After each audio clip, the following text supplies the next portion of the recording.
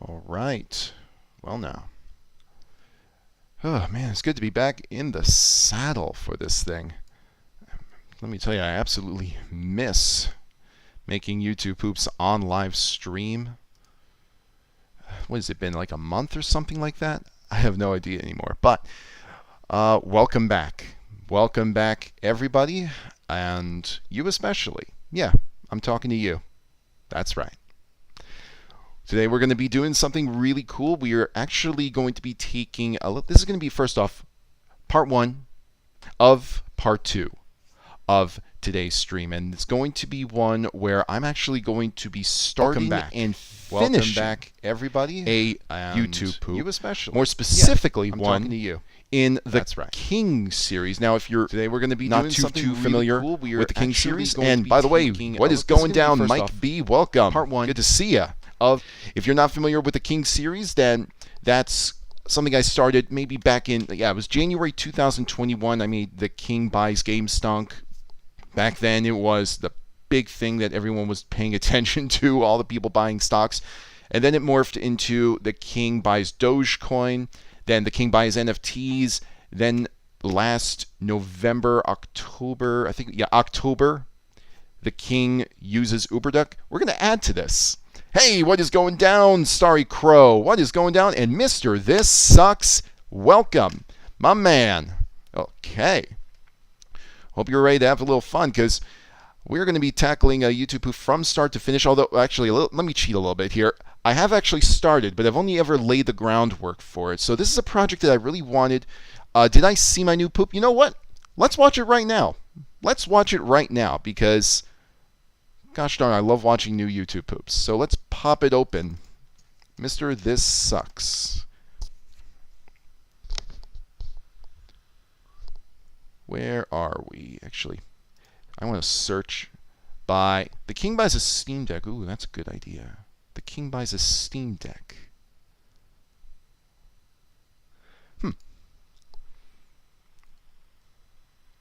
Mr. This Sucks. That's weird. Are you girl a Purple Heart? Videos. That's weird. I mean, I knew Girl a Purple Heart from way back in the YouTube forums. Here we go. Maybe I was just entering something in wrong. All right, let's check out the new video. This is Cruel Ramble, a Lost Poop circa 2016. King wants to play... Okay. King buys a Steam Deck. He wants to play CDI on it. Huh. You know what? That is something the King would do. Hang on. I'll put it right here. The King buys a Steam Deck. I'll make that an interesting little entry in the future. All right. No, not girl. Warning, it's edgy. You know what? That's fine. Everyone's edgy here, I think. So this is it. YouTube Poop, Cruel Rumble, Lost Poop. Let's watch it together. That's going to be the first thing that we do. Here we go.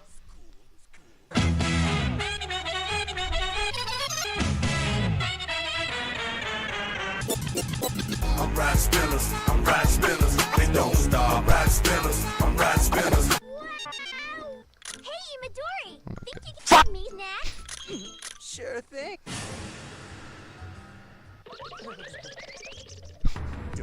What is this show? Wow, he's hard. Don't jerk me. I like this.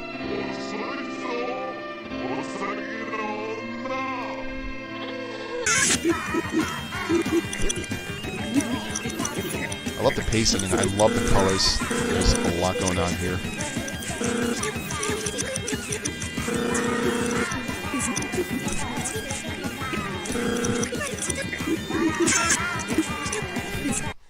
Hey, Harima?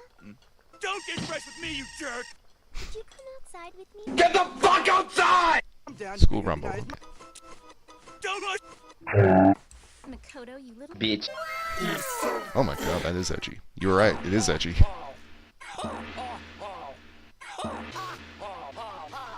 Did she really have to hit me?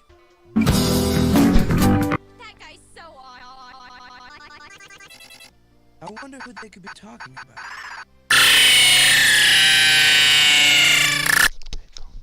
Oof. Headphone users, beware on that one.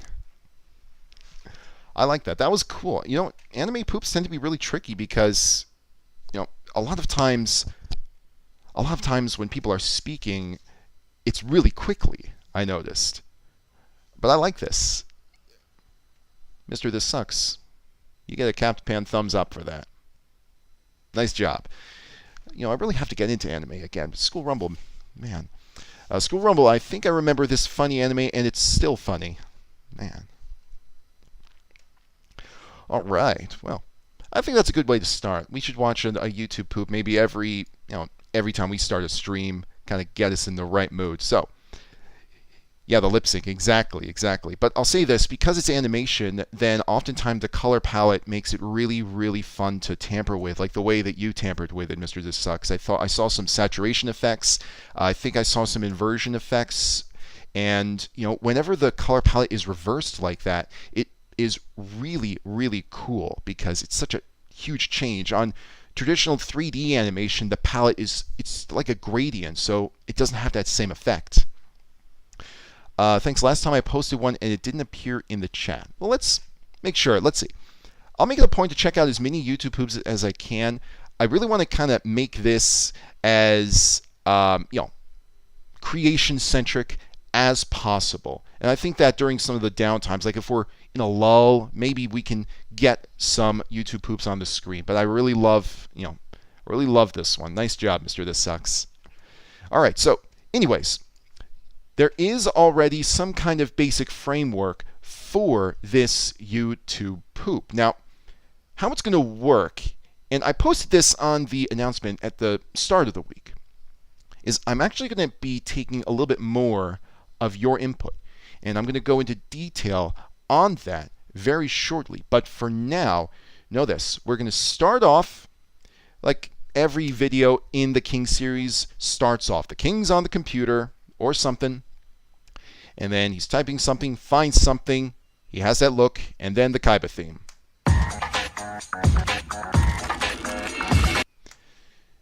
So you're actually going to kind of see a little bit of the background. Now I'm going to be using some clips from the King. The King uses UberDuck as well because, you know, recycle where you can.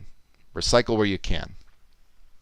Yeah, that's why I don't like doing live action too much. The colors aren't as funny. Yep, exactly. Live action, 3D animation, like Shrek is a good exception because Shrek is very bold colors. Like a lot of DreamWorks films have some very bold colors. They're meant to really appeal to like a mass audience. Precious booty. Exactly, Turgo. Exactly. So here's what we're going to do first. I'm going to kind of pop open ChatGPT, but I'm going to pop it open. I'm actually going to pop it open on a different screen here. Let me just pull this tab out. And we're going to go to ChatGPT. Thing is that this requires a login, and that login, you know, it's probably just, you know, to collect information. That's what all these sites do. All right, let's try ChatGPT. So what we're going to have happen here is the King's going to discover ChatGPT, and he's going to just type nonsensical questions into it. The first of which, of course, is what's for dinner? Innocuous enough.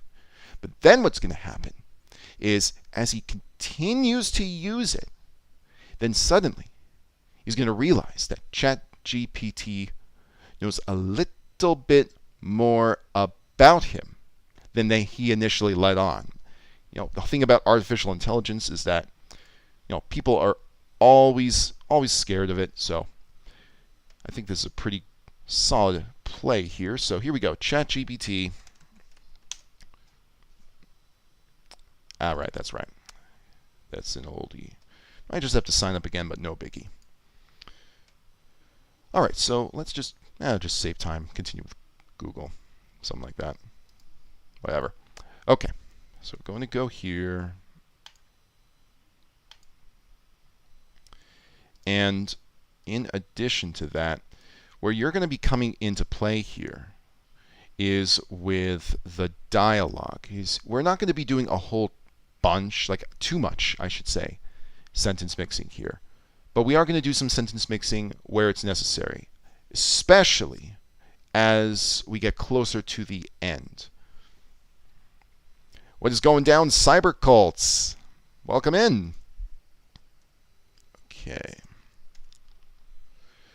20, yes, and the other thing. Oh, yeah. I don't think you could see my screen anyways, right? Oh, wait. You can't see me. That's weird. Did the camera die?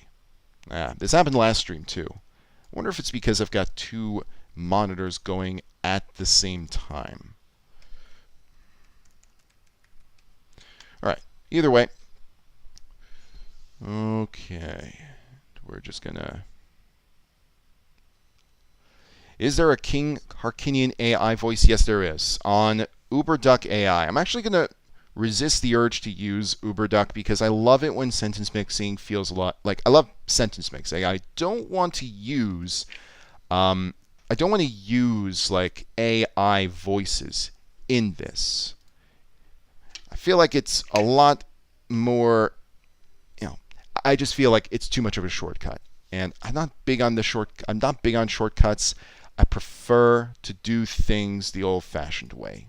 Maybe that says something about me. What? Either way. I'm too weird here. You know what? No, you're fine. We're all weird here. Okay, cybercults? We're all weird here. Let's see here. Let's start that camera. All right. Now let's go to this again. No, let's see. Wrong window. Lesson learned. ChatGPT is fickle. All right. So instead of doing that, let's try with the Microsoft account. I think that's the easiest thing here. Okay. Stay signed in. Yeah.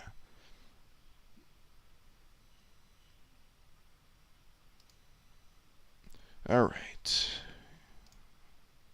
Login. Bam.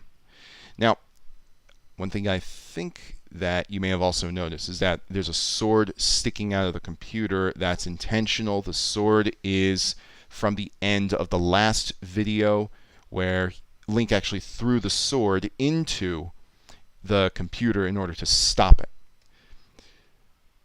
Yeah, AI voices seem a little disingenuous and a bit soulless. Yeah, I'm not going to knock anybody who uses AI voices. I mean, it's there.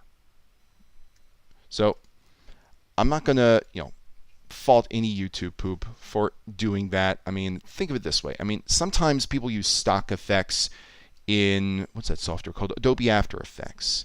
And that's perfectly fine because Adobe After Effects, it's intended for that. And I think that with the creation of UberDuck using the CDI voices, I mean, it's obvious that whoever put them in there probably knew how important they were going to be in YouTube poop.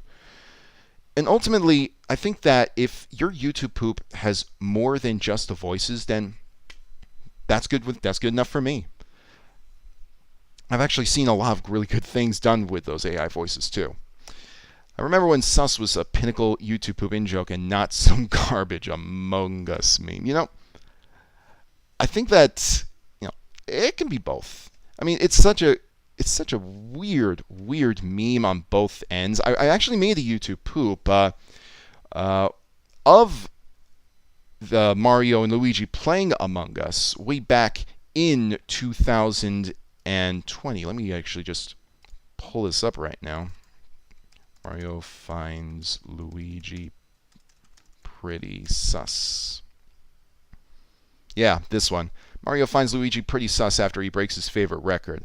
I love that video. I think it's a wonderful, wonderful spin on the Among Us, fandom. But sus is just, sus was initially a Crobo joke, which is the funny thing. And then Crobo used it so much more. And for anyone who's a little bit new to YouTube poop, Crobo is Dyke Geik, the creator of the Fresh Prince of Blair. That incredible Fresh Prince YouTube poop. So he is the one who kind of kickstarted it. And he kickstarted it in 2008 spring with a YouTube poop that shot up to the YouTube poop charts.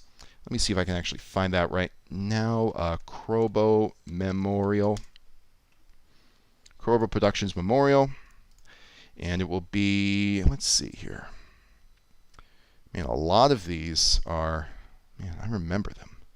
I remember them so well. Here we go. Clumsy, truthful, wholesome, small mage Koopas. This was the first instance that I ever saw of a sus joke. And it's actually right here in the first, Is the first biggest like fairy tale 10 I've ever seconds. seen.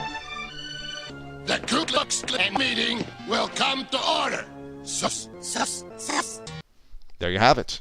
And you know, I don't think he knew how big of a joke it was going to be. But if there's anybody that I credit with the sus joke, it's him. And that sentence mixing is incredible, by the way. It's amazing how 2008, you still had sentence mixing as good as that. All right. There's a humanity in the edits and how people do their sentence mixing. Exactly. There's a craft to it. So we're just going to kind of just focus on some small edits first. I guess we'll just go to ChatGPT later because it's going to be, it's going to be acting a little bit fickle here, but that's okay. So what we have here, the king typing on the computer. And then we're going to pivot to ChatGPT.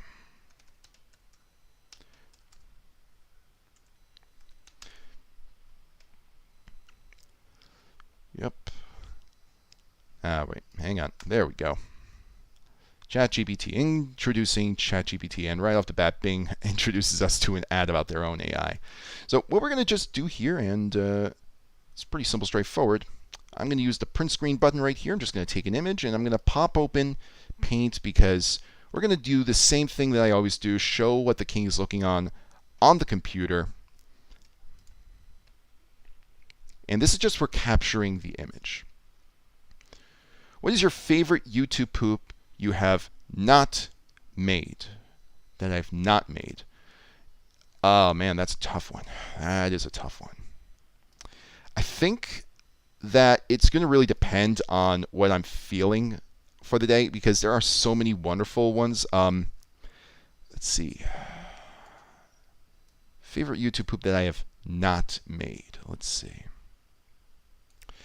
I'm going to say for right now, the first YouTube poop that comes to mind is one that I don't think you can find very easily on YouTube. It was made by Dan Fango 7000, I think back in 2013.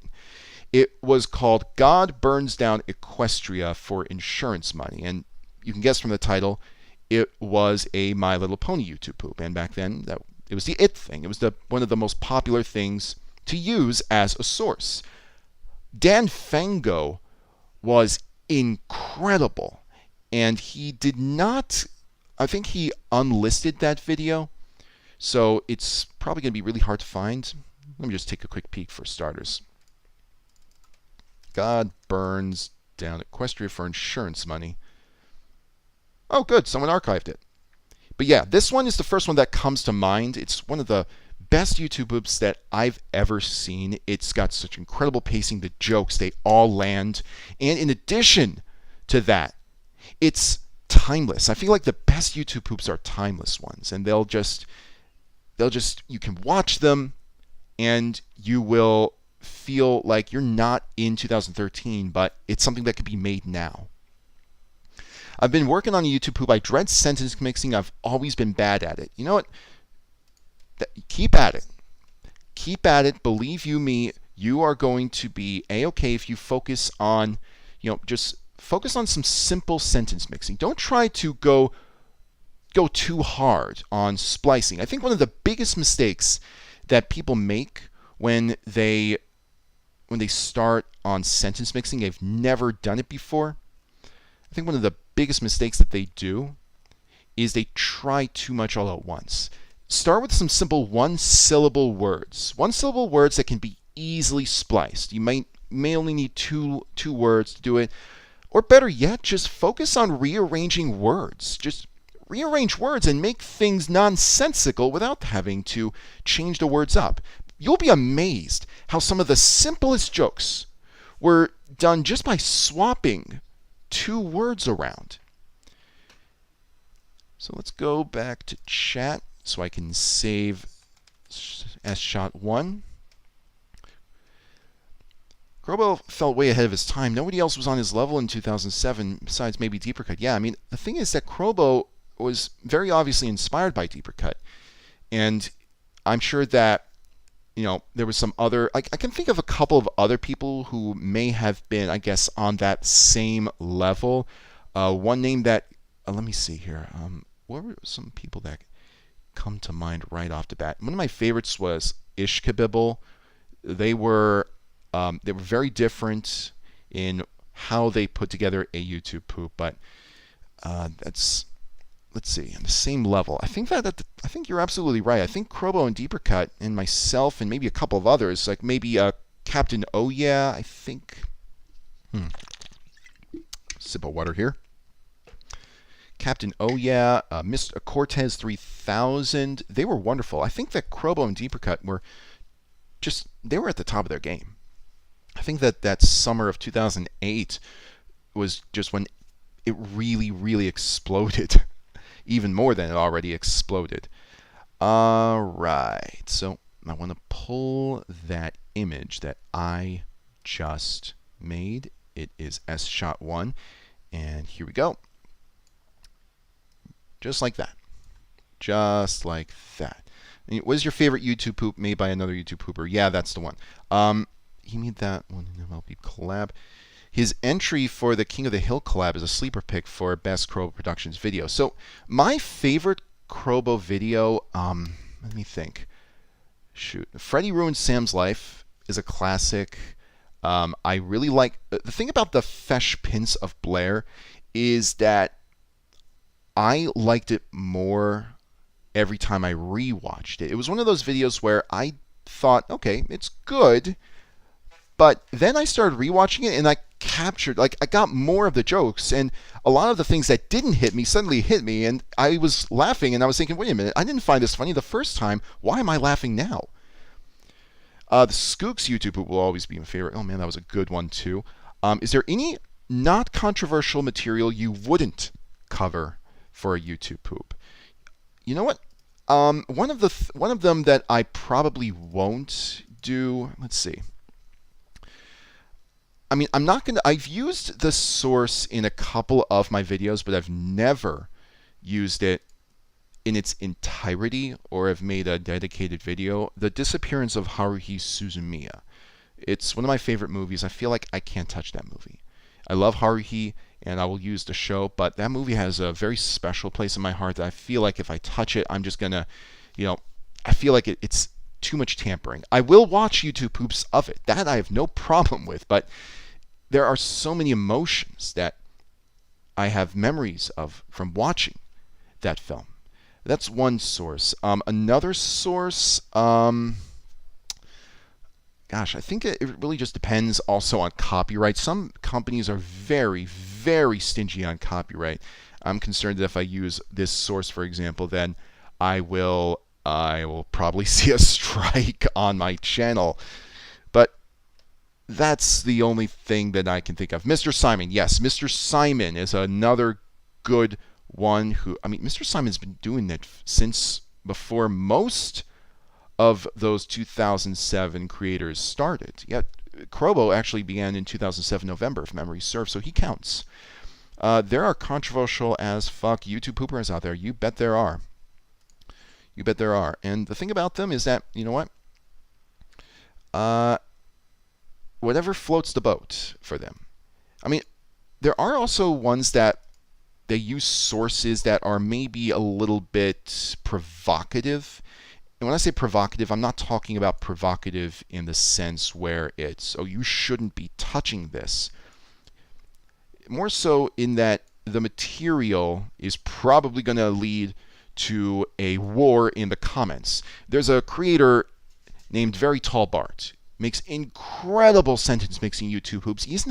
Oh, by the way, Very Tall Bart has a wonderful tutorial on his channel on just some of the, some of the ways he does sentence mixing. If you're ever struggling with sentence mixing, you're looking for some good tips, he's got a great video out. But he uses a lot of I don't know about controversial, but, and the only reason I say that is because it just depends on your viewpoint, but his videos are made from people whose affiliation will either lean very far to the right, or they will often promote some of those beliefs. I'm talking specifically about someone like Jordan Peterson, or something along the lines of, what's that? Dennis Prager. Yeah. So, Very Tall Bart.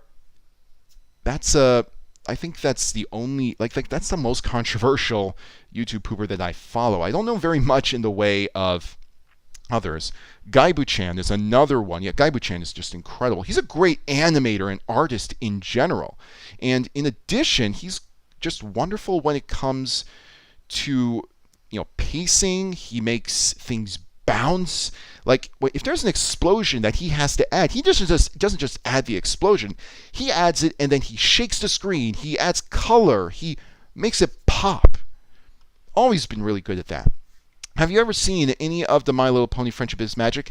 Way back when it first came out, the first and the second season, I actually reviewed the show for YouTube back when I was on the news staff, and I thought, you know what?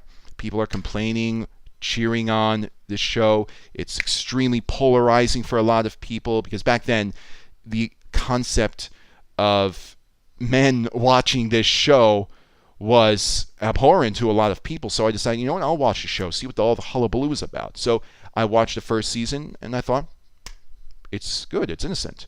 I mean, I wouldn't consider myself a fan. I wouldn't buy merchandise, but it's nice. If it was on, I wouldn't mind.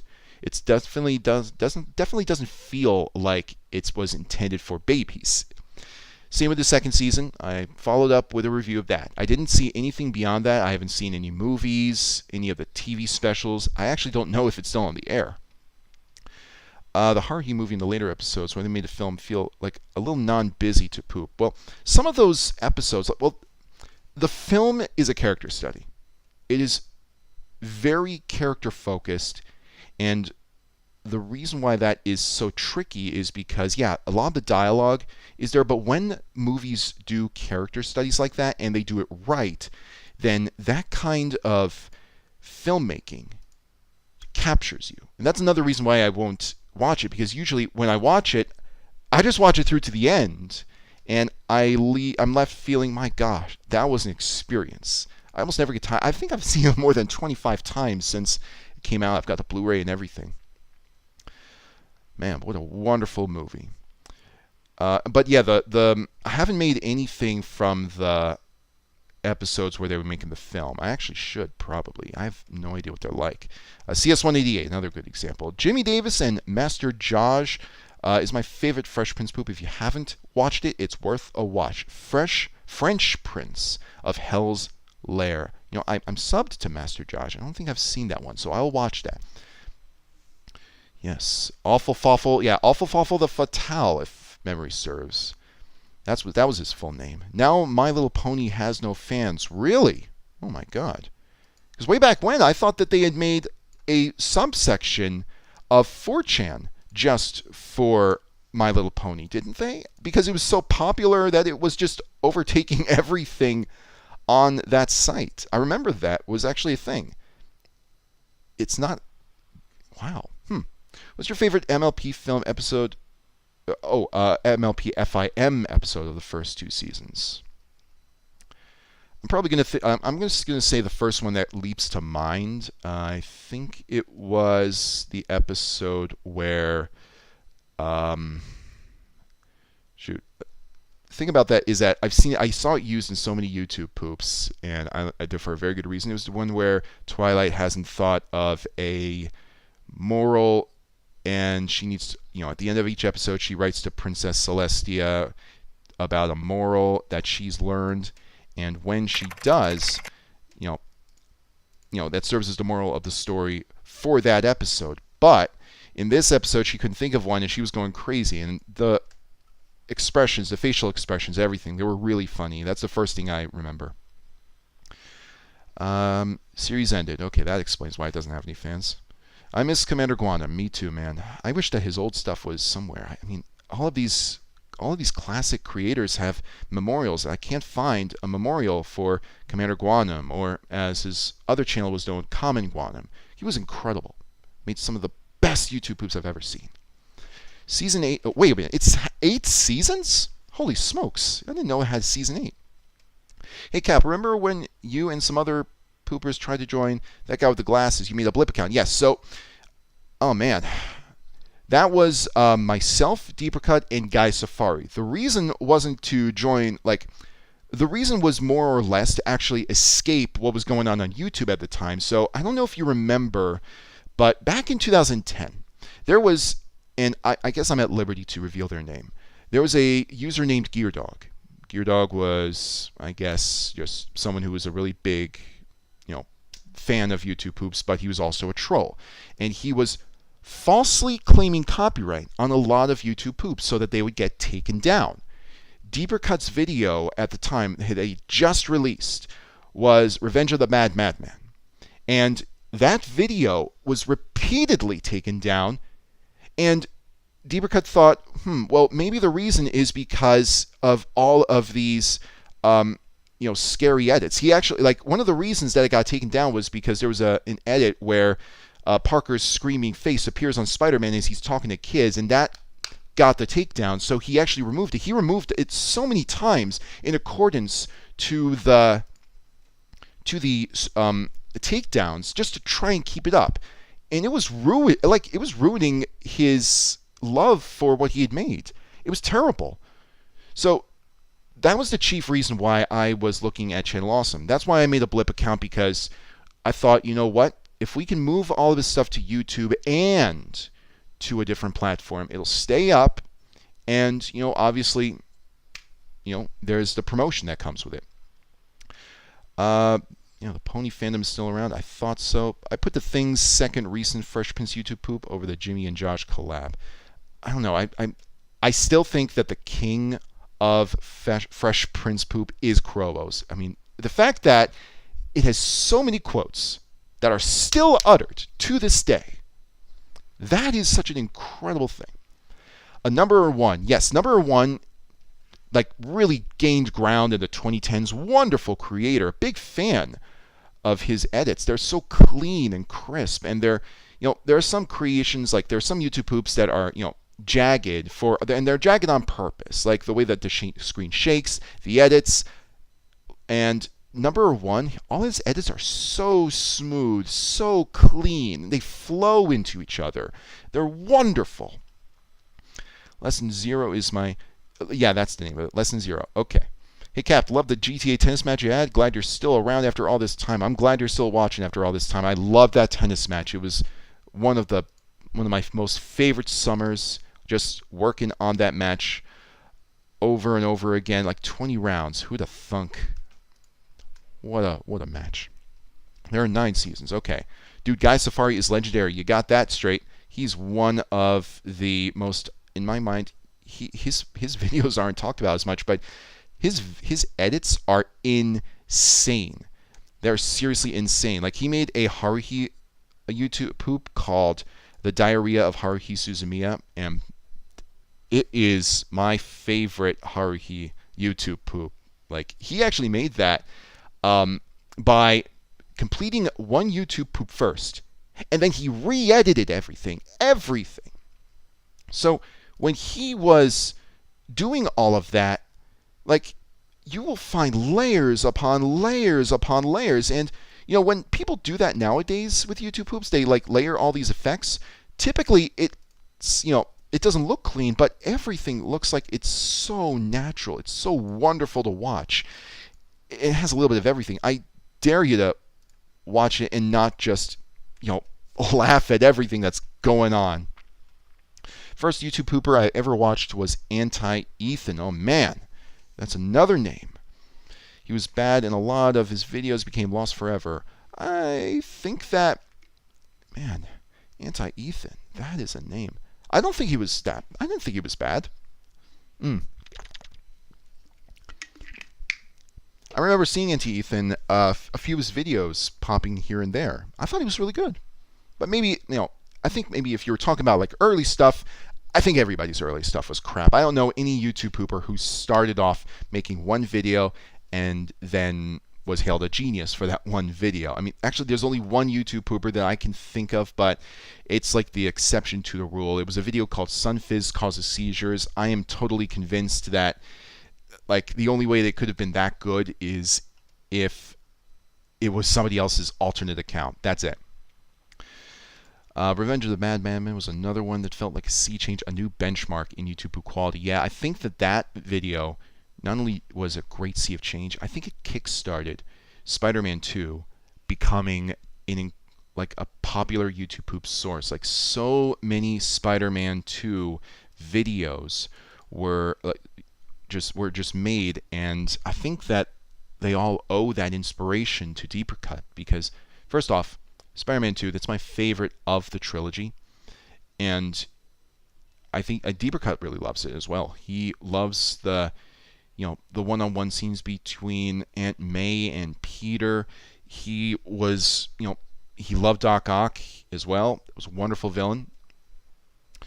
I still think that it's one of the best villains. I'm really glad that he came back in the most recent Spider-Man No Way Home. I'm looking for some sound effects in this video, by the way. By the way, this video, steamed hams, but it was banned in the USSR. One of my favorites in the steamed hams. Yeah, here we go. One of my favorites in the whole steamed hams memes. Oh, man. MLP, that show that sparked lewd content. There was going to be lewd content even if there was only one season.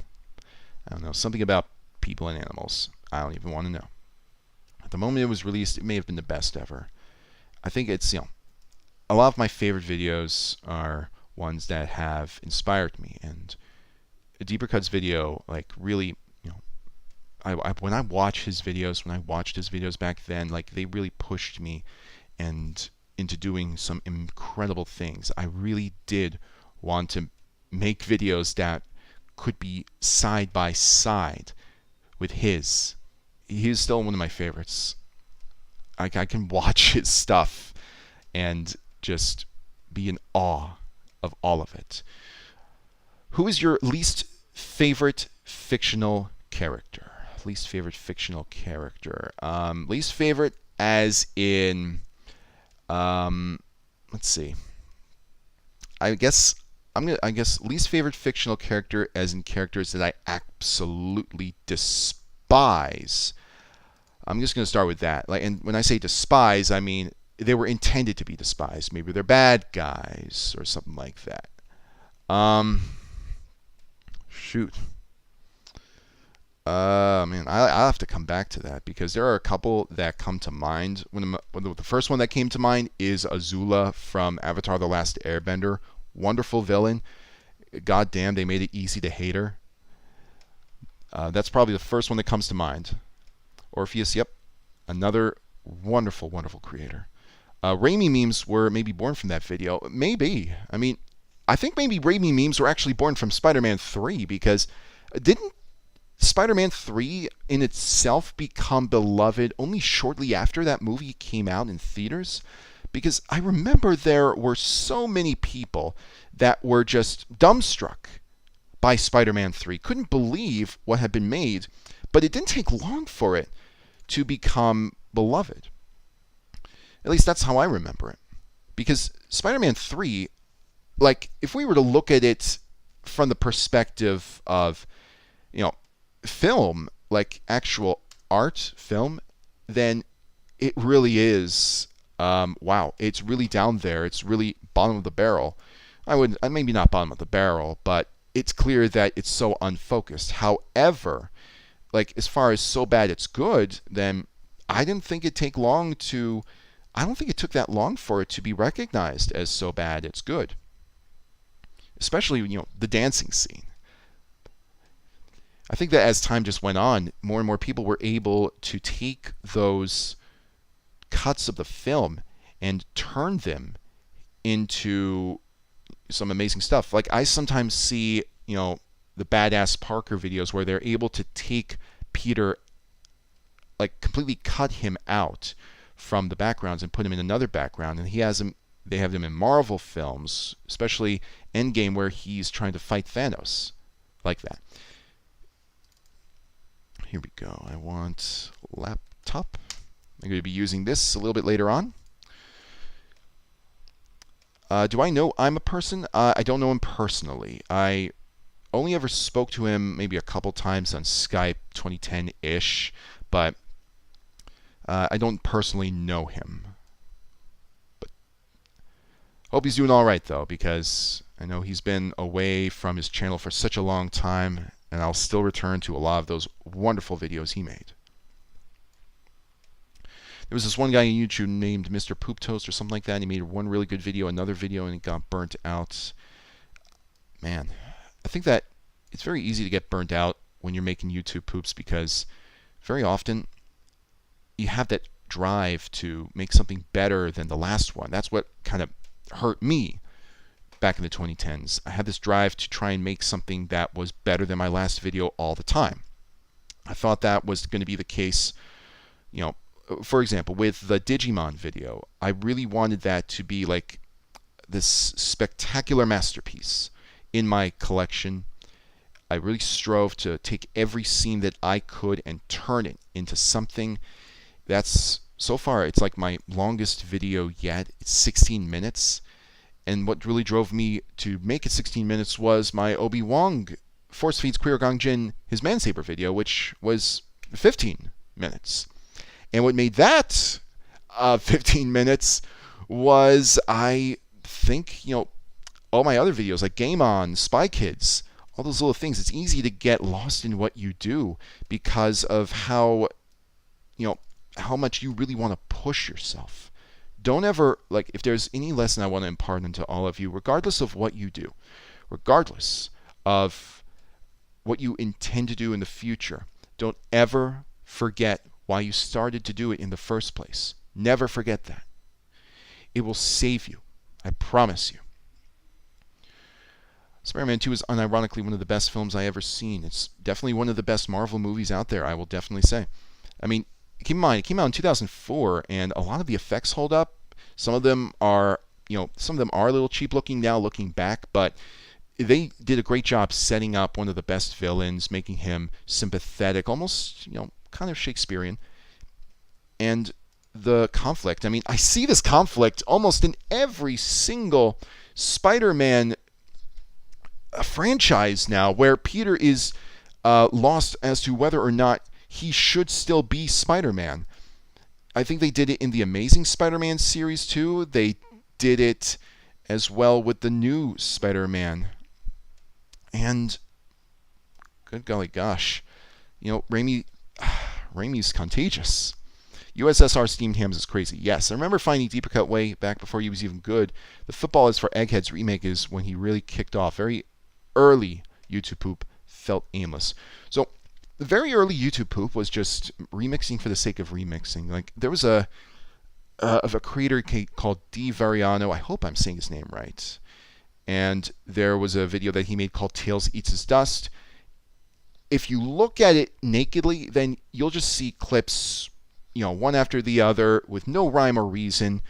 But when you look at it closer, suddenly something starts to set in. You begin to laugh at the ridiculousness of one scene being in front of the other scene. And I think that's where Deeper Cut also got some of his inspiration for his earlier works, like some of the very first videos. In addition to that, his, back then that kind of humor was something that no one had ever seen before.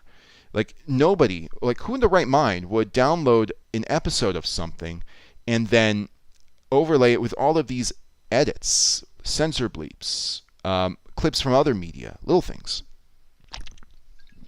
And as time went on, even like in 2007, as the year went on, tastes changed, tastes graduated, and suddenly new types of editing were encouraged. So with that new type of editing came almost this par where you needed to be in order for your videos to be, I guess for lack of a better way of describing it, in order for them to be considered watchable. Otherwise, no one would watch the whole way through. But now they just have this charm. Like these very old YouTubers, they have a charm. Even older, deeper cut videos, even though they're definitely not in the same tier when it comes to editing, they're still very full of charm. Came to say, you are a beautiful man. Why, thank you, Dello Yellow. You are a beautiful Dello Yellow. No, I mean badly written. I mean a character you dislike because of poor writing. And by the way, if I'm late to saying something, it's only because I think the stream has like maybe a 10-15 second lag.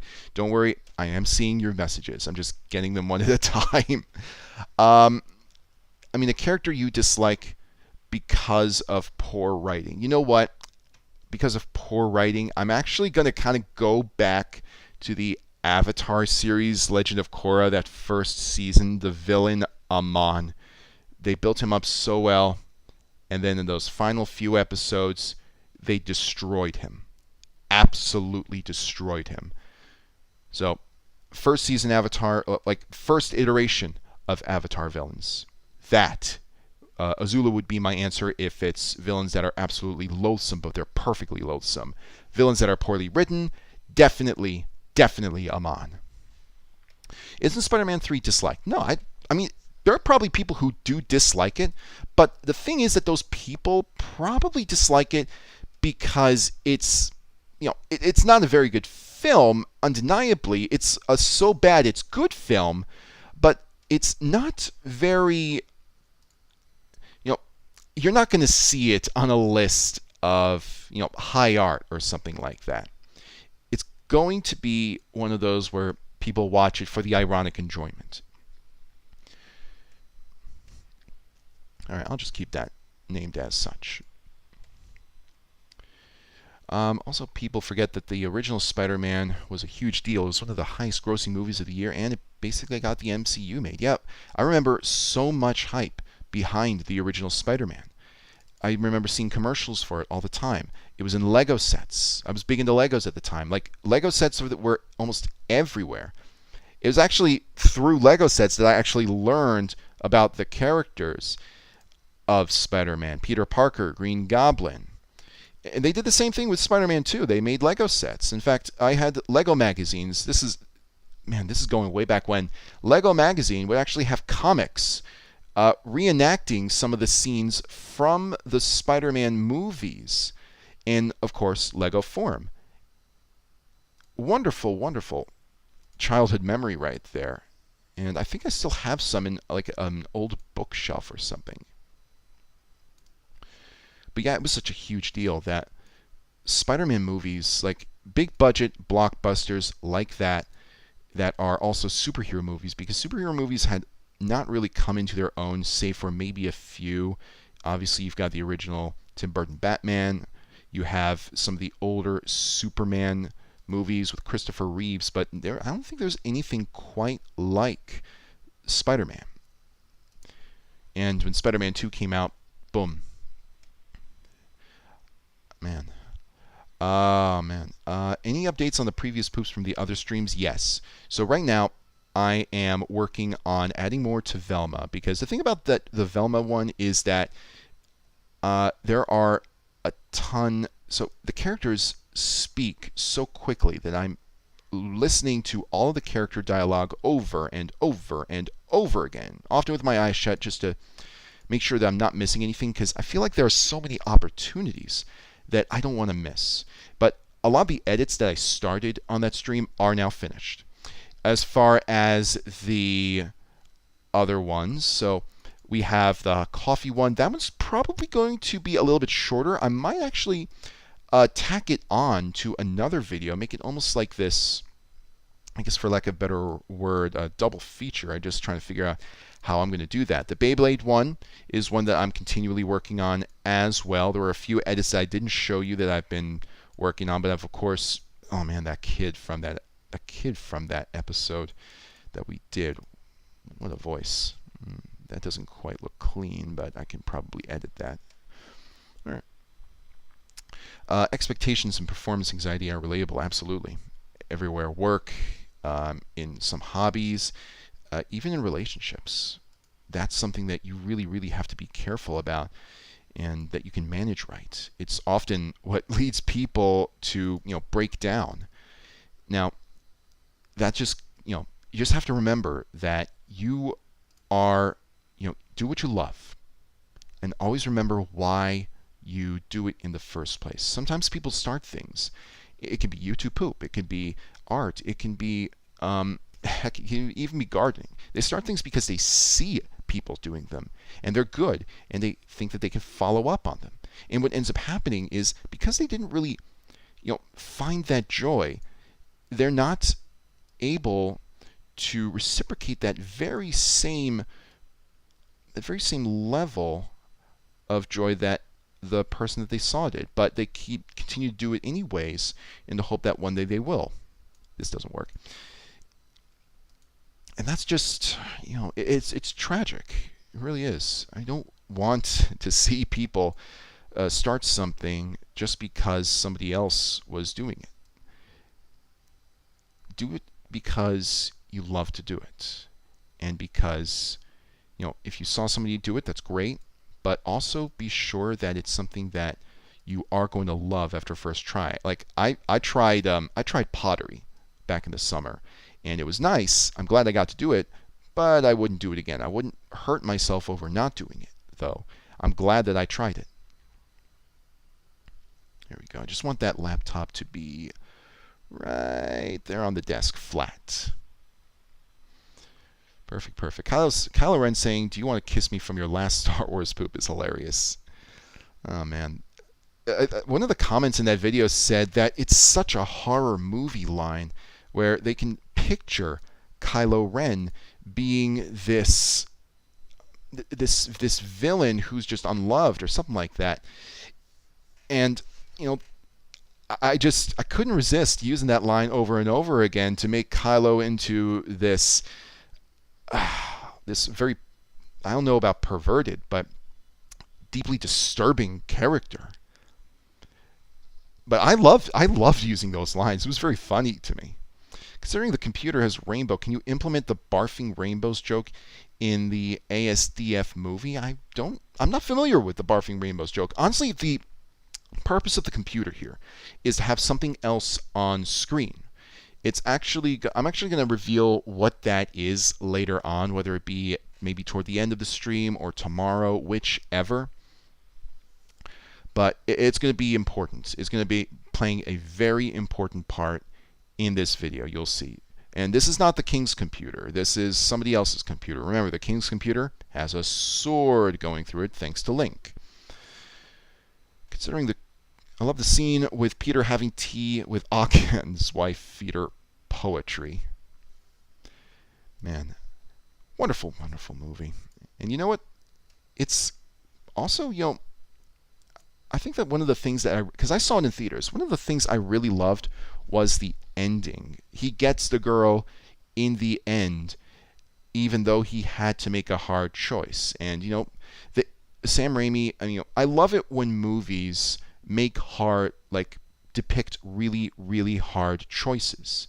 And sometimes I really hate it when a choice is made for the character and the character doesn't have any repercussions or anything like that.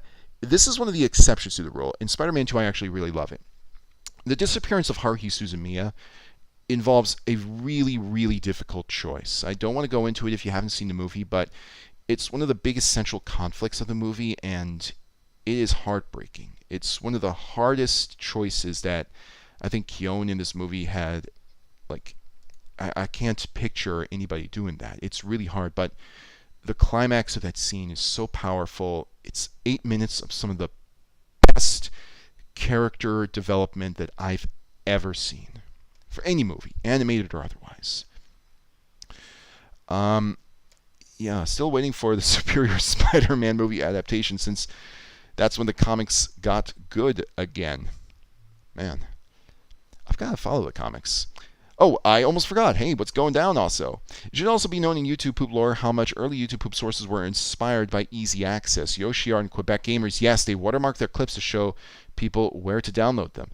That's actually one of the big reasons why YouTube poop took off, because they were easy to download. Back then, you didn't have any way at all, except unless you were fringe and you knew how to do it, of downloading clips that you could then use in YouTube poop.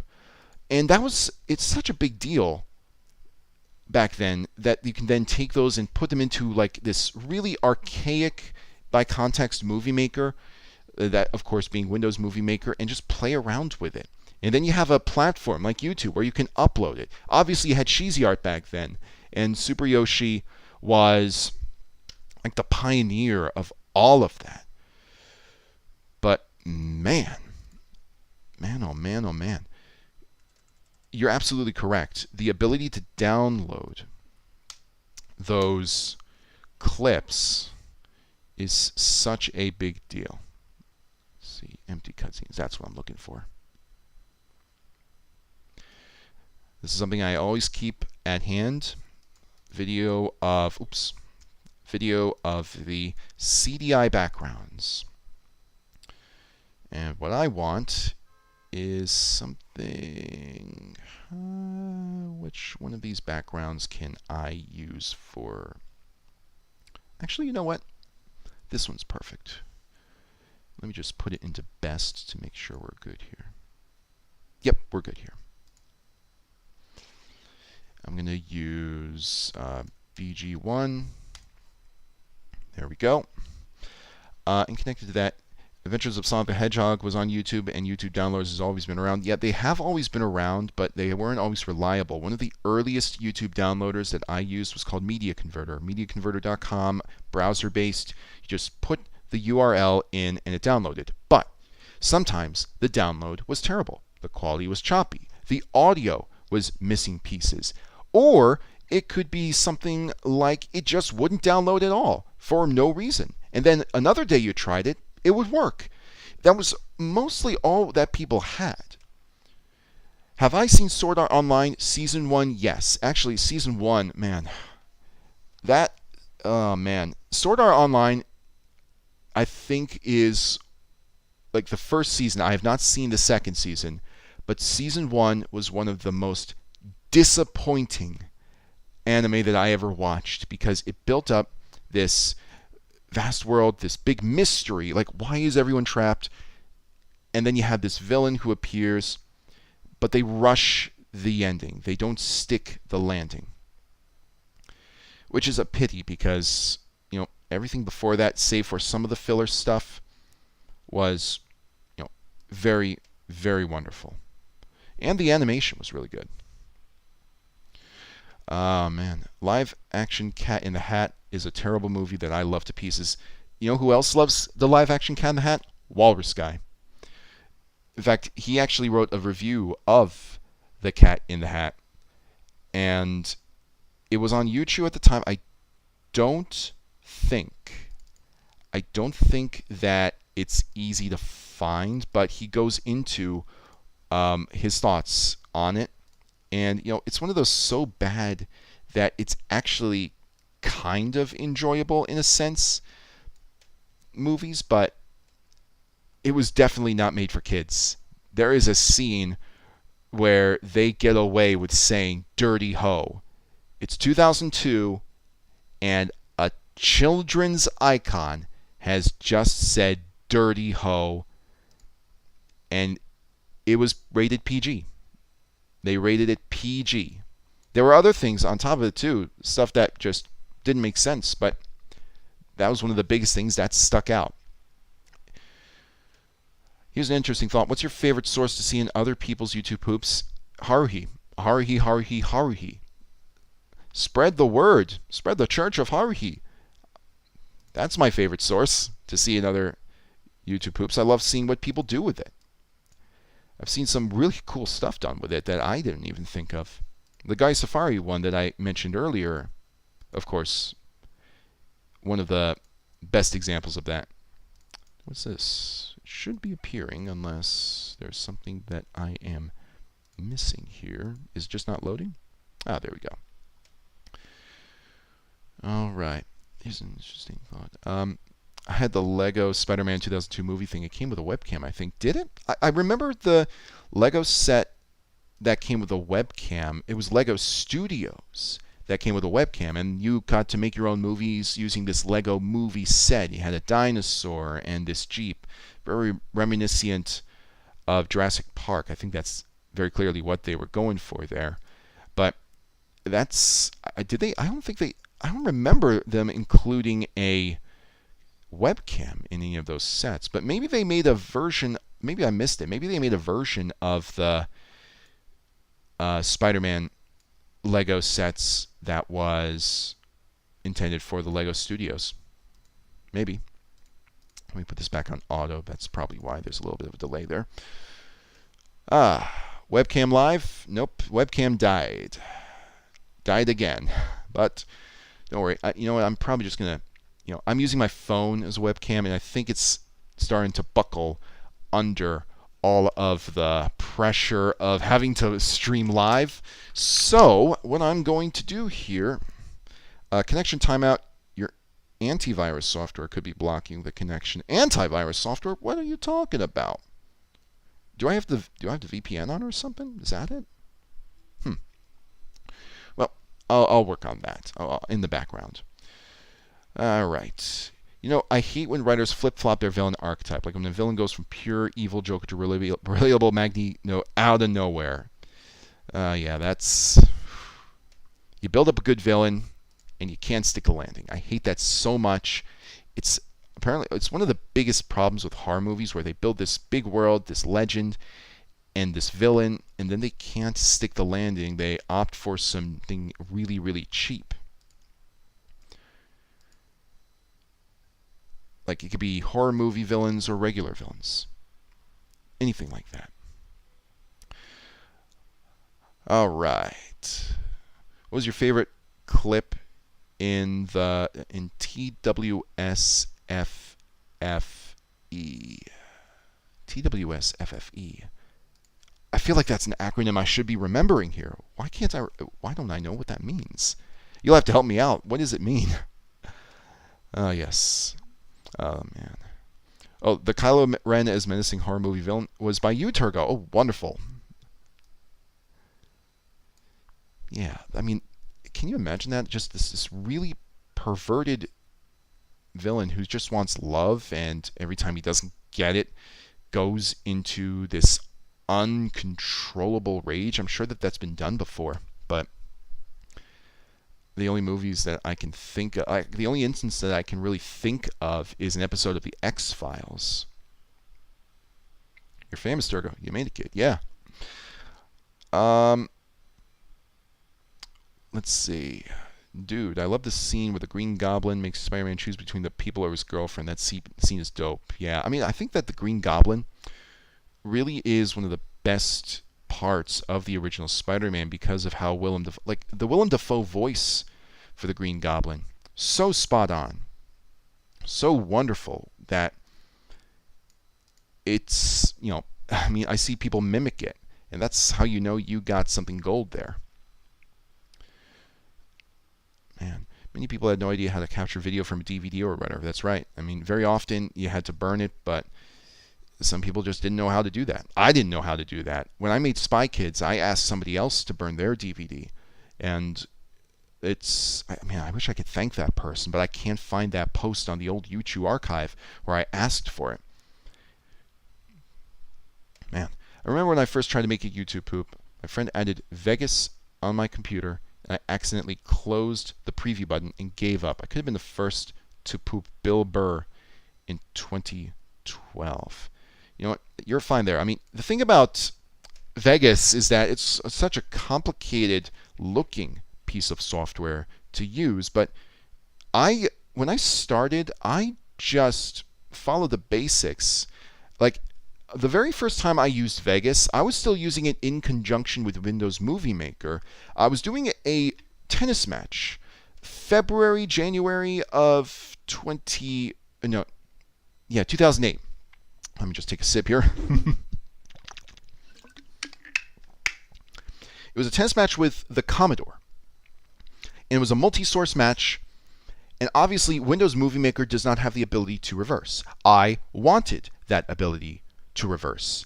And as such, what I did was I put the clip into Vegas to reverse, and then I rendered it and I put it into Windows Movie Maker. That's about as incremental as it got. The first complete video that I ever made using nothing but Vegas was YouTube poop, You're Supposed to Be Dead, a Final Fantasy XII YouTube poop from March of 2008. And that is as, man, that was a video to work on. It took me a long time to put together. It was, at the time, one of my longest videos. It was 4 minutes, which to me was a lot. And I was going for that deeper cut style, and people really liked it. I think that the only reason that it isn't really, considered timeless is because not a lot of people, I don't think a lot of people played Final Fantasy XII. They should. It's a great game, great addition to the Final Fantasy series. But yeah, Vegas looks complex, and it will probably look complex to anybody who's starting. Work incrementally on it. I'm sorry that you had that little burnout, Mr. This Sucks, with the Bill Burr incident, with the preview window. I mean, man, I'm just so glad that you have more tutorials on how to do things now. Revenge of the Mad Madman felt special in a way because of that. Most YouTube posts were something unavailable on YouTube or freely downloadable online. People couldn't get the videos in Windows Movie Maker. Yeah. So even, oh wait, am I reading this right? Yeah, I mean, even in 2010, you had more and more ways of downloading clips from YouTube. I mean, it wasn't just Media Converter anymore. I remember using a specific piece of software. It's on a very old computer. I would have to, turn my old computer on, but it won't turn on because the monitor does not work anymore, and I'd have to just replace the monitor. But as time went on, more ways to download from YouTube became available. They became easier, and as such, it's now extremely easy. I mean, heck, even computers can record video and audio right on the screen so that they can just make the YouTube poops without having to use any of those sites. They could just trust in the computer's ability to capture it. What if the Rainbow Computer is Morshu's considering in Hotel Mario deleted cutscenes he does Luigi in exchange for giving Luigi spaghetti? So I'll tell you right now, the person who's using the people who are using the computer, they're going to be Guanum and they're going to be Zelda. In fact, let me just double check while it's fresh on my mind. I think that I've got in my little folder here, let's see, it's Zelda. So what I want is Wand of Gamelon. What I want are the characters here. Come on, you can do it. There we go. There we go. Nope. Maybe it was a blue screen that I was looking for. Here we go. Link Faces of Evil, all scenes, but that's Faces of Evil. So I need Wand of Gamelon for this. So Wand of Gamelon, blue screen. Why blue screen? Because, let's see, Faces of Evil, all scenes, blue screens, Morshu, blue screens, all visible dialogue, vocals isolated. One of Gamelon ending, green screen. I might be able to use this keyword might. Let's see how good the quality is on this. That's good quality. Okay, I'll use this. I typically like using blue screens more than green screens because with effects like fire, you can't get very good fire green screens. You can find really good fire blue screens though because the colors are a lot more complementary. Much more. So good pro tip right there. The dirty hoe scene, the cat, yeah, the cat tries to lick the garden hoe too slowly. Yep. Oh man. That scene is just, what a scene. I mean, it's the kind of thing that I don't think you'd be able to get away with in a, a PG film. I have no idea what the MPAA was thinking, letting that slide. It should have been, at the very worst, a deleted scene. But no, now you've completely... Congratulations, MPAA. I'm sure that there's now a kid from 2002 saying dirty hoe. Maybe they had no idea what hoes were. I used Real Player plugin to download vids. Gets a ton of stuff. Got tons of stuff from 2010 onwards. Real Player plugin. Yeah, the plugins exist. I forgot about that. Yeah, like Chrome, Firefox, you've got those that you can work with.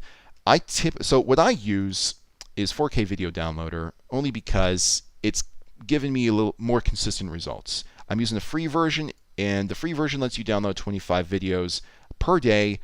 I've never needed to download any more than that, not even a playlist. So let's go back here.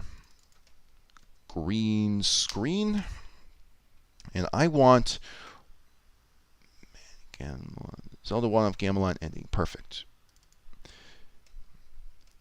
You'll probably see some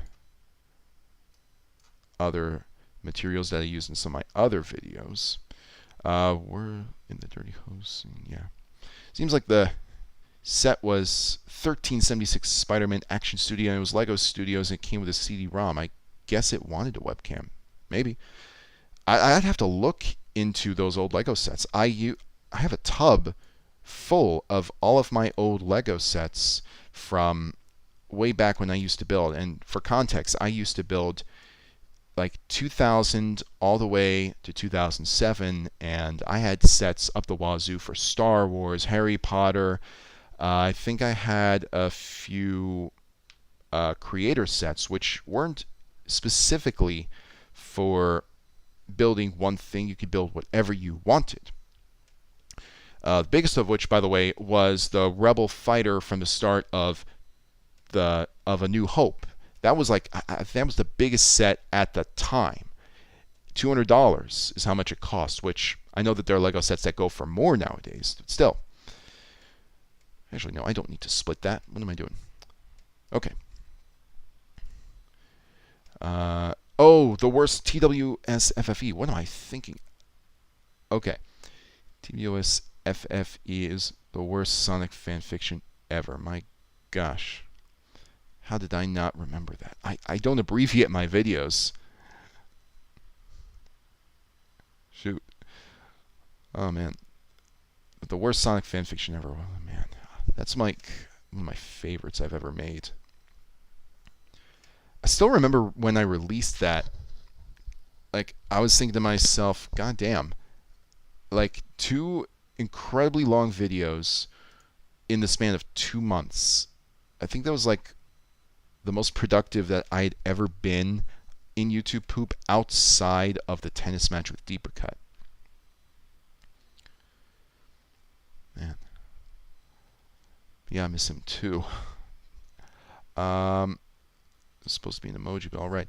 Man, I was too nervous to pirate Vegas as a kid, so I just tried using Movie Maker a lot. Nowadays, I mean, so here's the thing. I own my version of Vegas. I didn't pirate it. I own it. And every version from 2010 on, I just bought. The reason being is because I suspect that when I downloaded... So, I told you that my old computer crapped out. I got a new computer, and I tried to get Vegas on that. Well, shortly after I got a newer version of Vegas on it, which, again, was, keygen, everything... it kept blue screening. And I solely attribute that to me using, trying to get Vegas a little bit more illegitimately. So for that reason, I don't pirate anymore. But that was the it thing back then. I mean, there were links where you could get, there still are, I'm sure, links where you can get almost every version of Vegas. And I'm sure that many of them still work in some capacity. Let's see.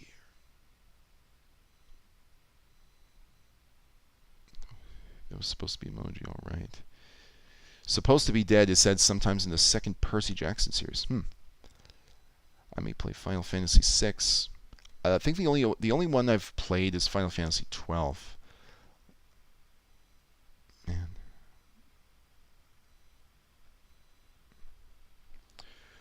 Whew.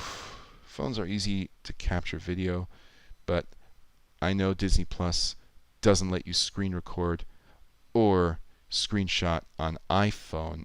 Man, I don't know about that. I think that I've seen people do it before. I'm one of your patrons. I retched reading. Reading what specifically? Man, I'm so behind on chat. I'm trying. Wake up. Yeah. Whew. I'm getting a little lost here. All right. Let me take a second and focus on the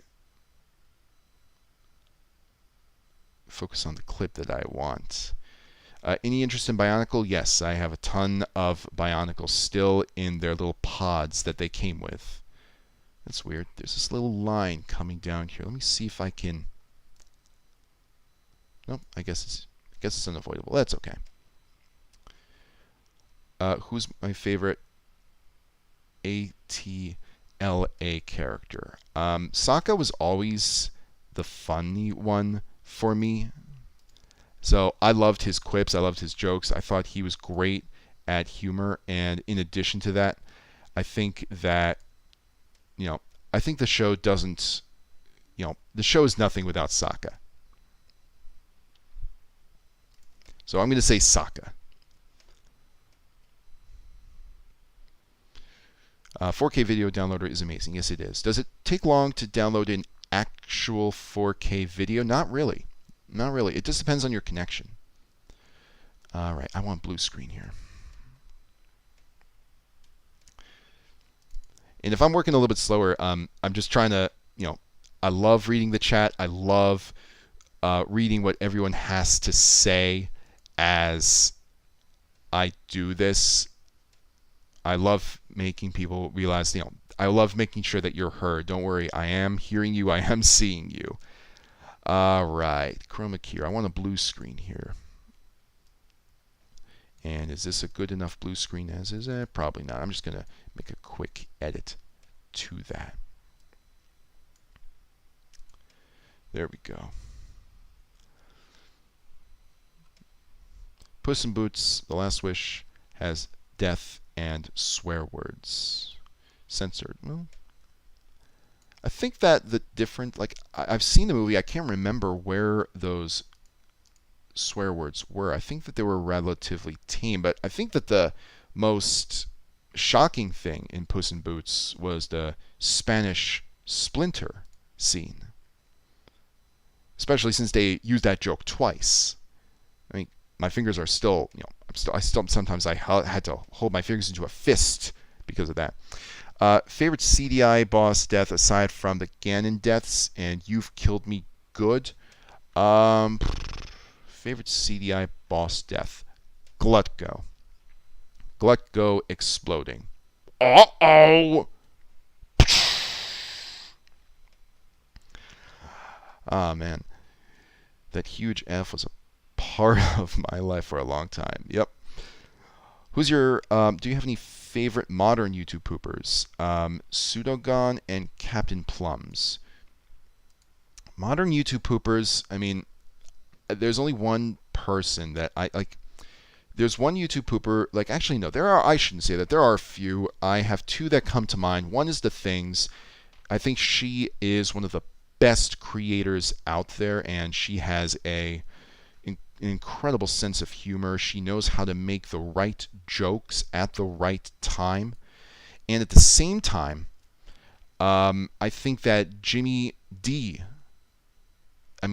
is just on a whole other level. He's a great animator. He is a wonderful, wonderful jokester. He makes some of the best jokes that I have ever seen in a YouTube poop. My favorite of his will always be the little parody of the Ask Reddit videos. Seriously, it's so good. You've got to watch it. No, my name is I Wretched reading that. Oh gosh.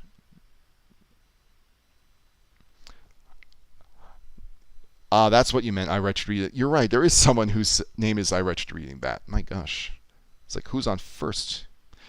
Back in the old YouTube Poop days, I always heard them using Sony Vegas. It shows compared to YouTube Poops made with Windows Movie Makers. You know, one of the easiest ways to tell that someone's using Sony Vegas is the font.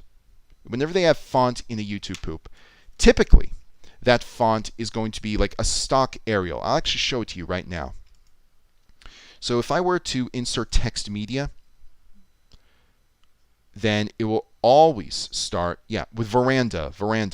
So any text that looks like this, 99 times out of 100, that's how you know someone is using Sony Vegas. Of course, you have, all the other effects that come with Sony Vegas, but that's one of the biggest telltales.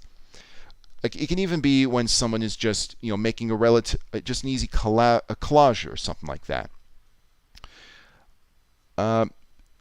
Do not spoil Last Wish. I don't think did I spoil Last Wish? I thought that. Wait, the Spanish Splinter scene. Oh. I hope that wasn't a spoiler. I don't think it was a spoiler. I hope it wasn't a spoiler. Shit. But okay, watch Puss in Boots: The Last Wish. It really is good. Schaefer Ellis has a wonderful video on it that you should watch afterward, because you can all share in that collective enjoyment. I love the things. I love it too. I'm too cheap to afford Sony Vegas back in the days. Yeah, I mean, Sony Vegas is still expensive to get. I got lucky because they had downloadable versions on Amazon of an older version of Vegas Pro. Vegas Pro has the one with nearly all the bells and whistles, like multiple layers. You don't have any limits on the layers, the effects, and other little tidbits. I got it for like $99, which is a lot, but at the same time, it's not $600. So I'll take it. I'll play it safe and not download a key again and ruin my computer. Not that it will always be a computer ruiner to download a key again, but you just gotta be cautious. Jimmy Date is so really good at animating the CDI characters. In fact, he's really good at animating using that very CDI format. If you follow him on Twitter, he sometimes puts out these little short animations. He put out one with Critical doing his pose and screaming, and he made that into the king. He is ridiculously good, and the avatar that I've got for my channel, that was made by Jimmy D. It's kind of mimicking that CDI style, almost like how it would have looked on an actual CDI. Zelda CDI Revisited, maybe my third favorite YouTube poop.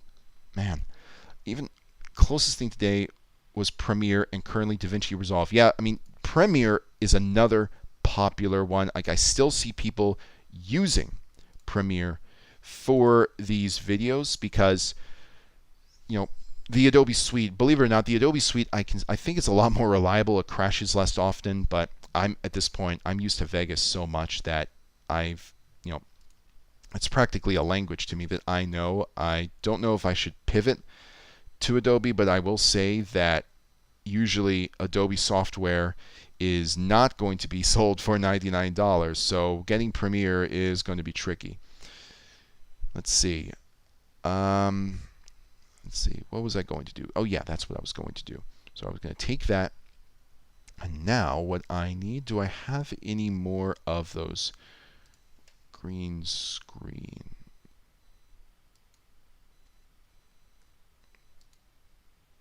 Okay. Let's see. So the dust explosion, CDI. I guess I don't have it. That's weird. I thought that I had a version of this. Okay, that's no biggie. Let's see.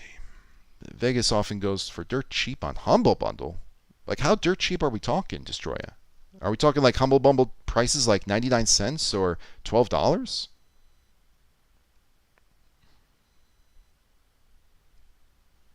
Faces of Evil, all scenes, One of Gamelon.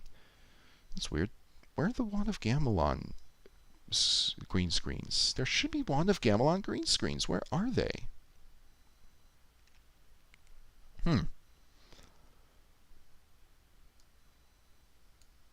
Wait, maybe there is another way to do this.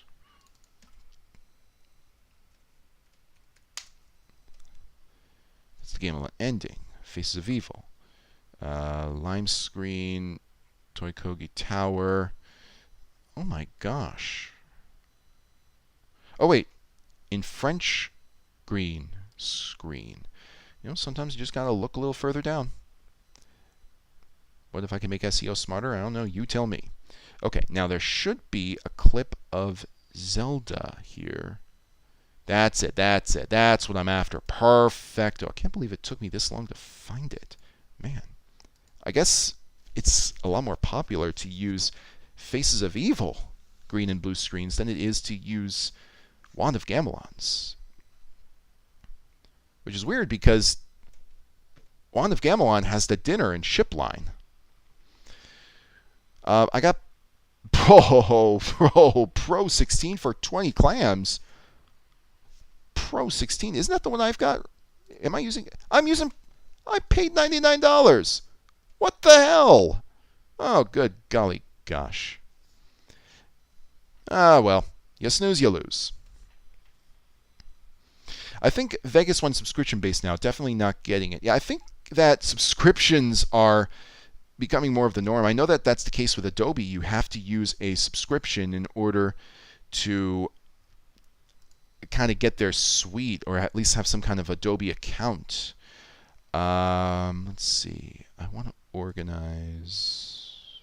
Actually, no. There we go. French green screen. What is even a French green screen?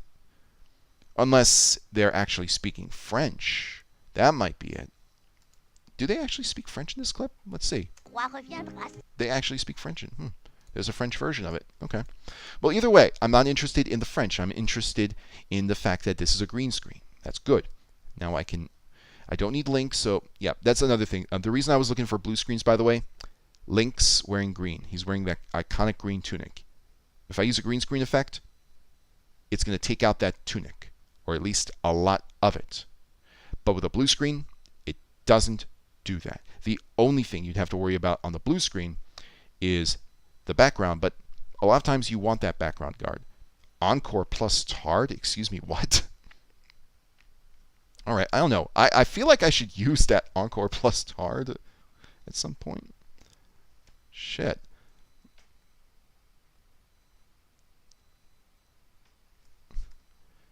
Encore plus Tard. Is that really what 1 month later is translated? Oh my god. Okay. I'll just put this aside. Maybe I'll use it. I have to use it in something. Alright, green screen. It's a good thing that we don't need Link in this. We don't need Link, we just need Zelda. So I want to isolate the colors. Use the eyedropper. Get this shade of green. Get it right. And let's see how it looks. I'm going to just try and layer it on top of everything else.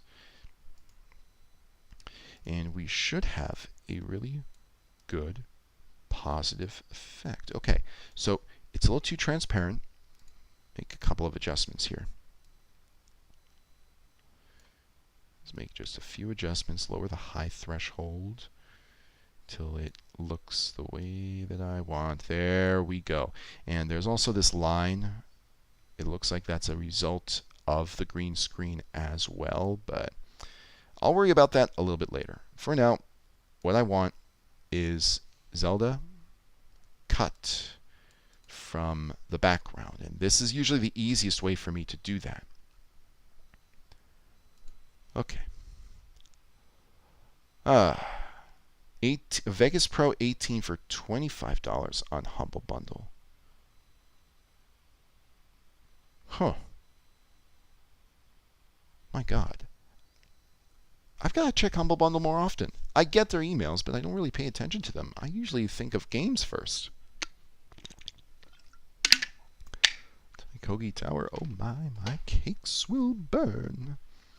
Back in the day, I remember being able to spot Windows Movie Maker videos instantly because so many people were doing such basic things, no speed adjustment that didn't automatically pitch shift accordingly. Yeah, in fact, fun thing, the Windows XP version of Windows Movie Maker is different from Vista Windows Movie Maker with the pitch shifting, because when you pitch shift, like when you speed up a clip or slow down a clip using the XP version, it does not change the pitch. It does change the pitch, I should say. But in Vista, it does not. It just makes it the same tone, just more drawn out. So you have a little cheat sheet on how to spot XP versus Vista versions of that software now. Gosh, I really wish that they kept making it. Okay, so now I've got this. This is what I want. And then what I'm going to do, in addition to this,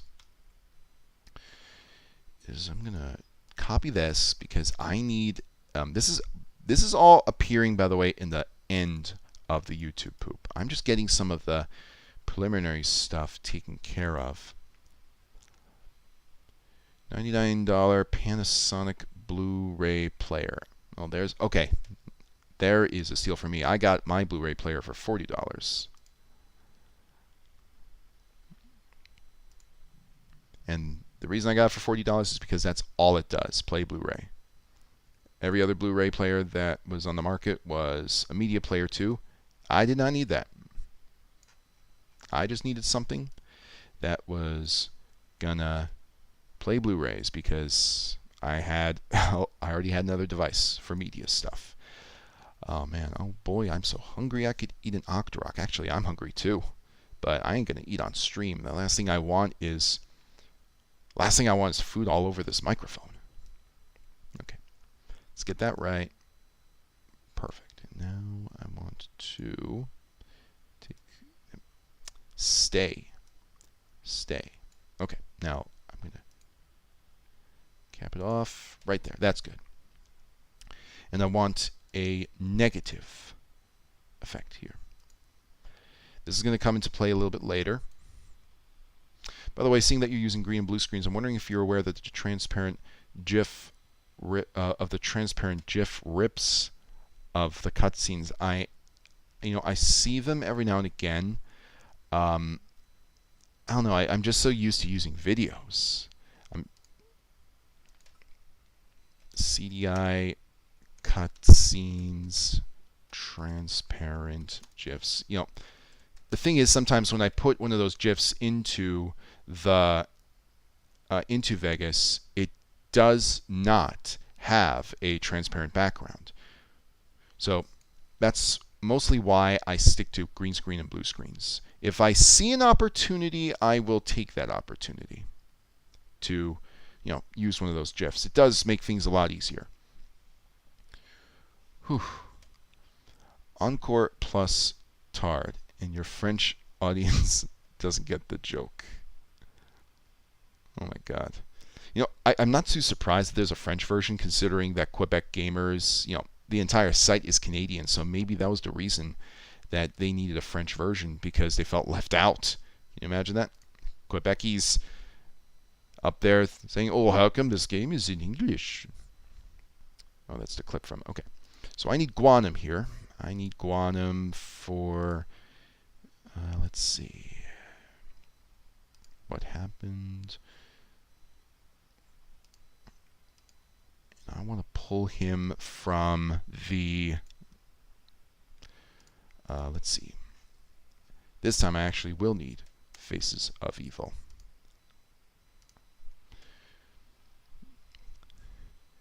There we go.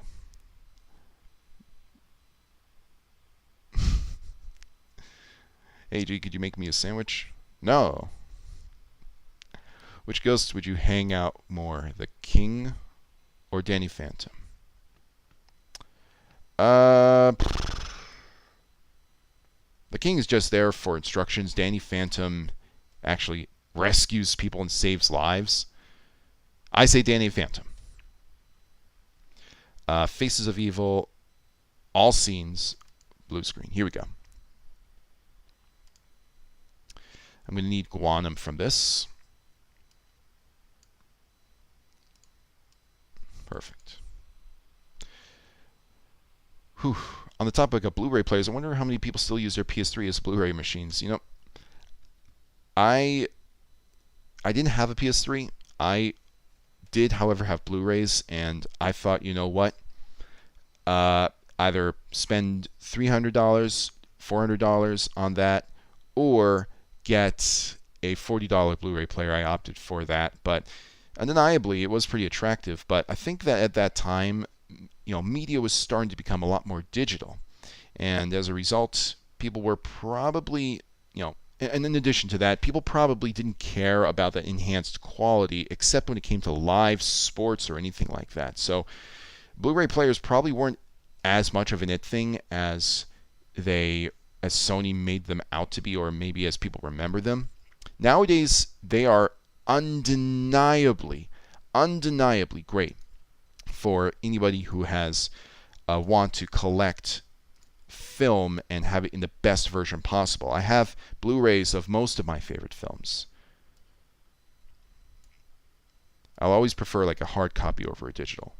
I mean, heck, when it comes to music, I actually have vinyls because I feel like, you know, with a vinyl, obviously it's a greater investment and you need a more specific tool. You're not going to be able to play it as easily or skip as easily, but just having a vinyl just feels like also having one of those, you know, badges of honor, especially when it's of a really good album. Like I have vinyls of Run the Jewels, I have vinyls of Billy Joel, I have vinyls of Taylor Swift. So, like, I'm a hard copy person most of the time. So, like, I still play games on Steam, so those are digital versions. Here we go. What I want is that clip of Guanum. Yep. Doing the rock away. Okay. Let's just go straight to the start. And then I want... Here we are. By the way, he's giving the middle finger here. In my head canon, he's giving the middle finger. I think maybe there's a way that someone could actually edit that so that he's actually giving the middle finger. I wonder if there's a YouTube poop that's ever done that. There is no time. Your sword is enough. Where would you add the middle finger? I'm sure that you can add it to the scene where he's on the carpet with Link. All right, I'm just going to keep this alive for now. Whew. Yep. I had XP once. Only used it once. Didn't know that about Vista, but many folks had it at the time. In fact, fun thing about Vista, people preferred the XP version of Windows Movie Maker because Vista crashed all the time. The Vista version, I should say. I think Vista is now forgotten by almost everybody.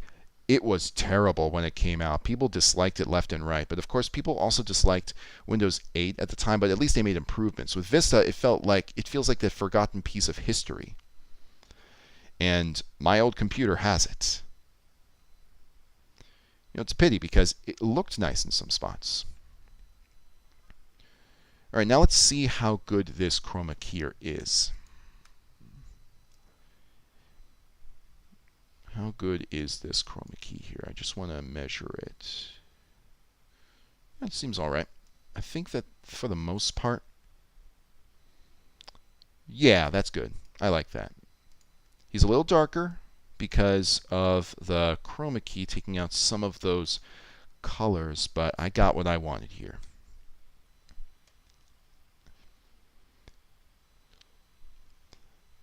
You should make Zelda become evil with her current face. You know, that face that Zelda makes when she says nothing, Link, I think is, you know, that is one of the creepiest faces in the entire Link and Zelda CDI anthology, for lack of a better word. And I love it when people seize that opportunity to make her evil and use that face. Sometime in 0809, I made a low-effort trap video. Yes, I remember trap videos. Bait someone with a title, thumbnail, advertising a clip from something popular, but it's actually YouTube poop, and it got stuck. Took a day. I was proud in a way. That's good. You should be proud. Another sip of water. The thing about trap videos is that nowadays it's hard to pull off a trap video anymore because, let me just show you something. I actually made a trap video. Let's see. Best of Peter Griffin Part 1. It should still be up. Yeah, there it is. So here's the thing. This is a trap video that I made. And it has 1 million views. It reached 1 million views back in 2010, maybe 2000 and I don't know, 2011 or 12. And after that, it just stopped accumulating views. And the reason is obvious. YouTube is trying to make sure that trap videos are, kind of flushed out when people search for something that they don't get a trap video. And they do a really damn good job at doing that because, like I said, it hit 1 million views back in 2011, 2012, but it's barely gotten views relatively since then. Which is sad because this is like believe it or not, this is actually the video that has gotten me the most views. It's not even on my channel.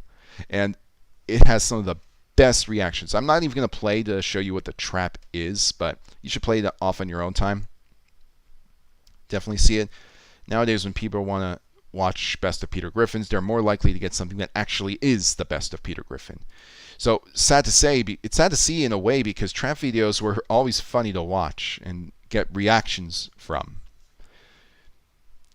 I have a Daft Punk Yes Discovery vinyl right next to me. Awesome. I actually, I've been looking for a Daft Punk Random Access Memories vinyl. I love that album. I listened to that album on flights and listening to fragments in time while you're looking out the window and you've got the vast ocean beneath you and some clouds going away. I mean, just listening to that, oh man, it's indescribable.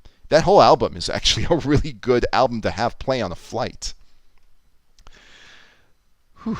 Okay, so I've got my assets there. Got that. I've got the music cut out. Some of the music cut out at the least. Let's try and get ChatGPT to work again. Never got into vinyl. I understand why it's good, but I mostly just send my dad heavy metal, death metal vinyls. He hates it. I don't blame you. I mean, the thing about vinyls is that sometimes they don't play right. Like I have this Victrola, not an old Victrola, but when I try to play vinyls on it, sometimes what ends up happening is the audio just doesn't sound right, which isn't, that's not good. I mean, you might as well have gotten a CD or listened to the thing on Spotify. I mean, that's why I still have Spotify for some things so I can listen in the car. But just having the vinyl, I mean, dang. I think that if people aren't into vinyls, it's perfectly understandable. I always pronounced Guanum's name Guanum. Yeah, I thought that's how everyone pronounced it. Guanum. That's how I say it, at least. Is there another way that people say it? I guess I'm in the dark about that. The weirdest things would get tons of views the weirdest things really would in 2007, 2008. I don't know the exact numbers, but throwaway YouTube poops would sometimes get 100,000 views. Yeah, and 100,000 views back in 07 and 08 was a lot.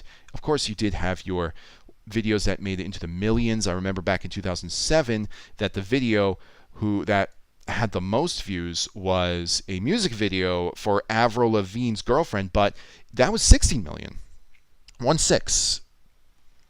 So 100,000, that was a lot. And Deeper Cut was in the hundreds of thousands.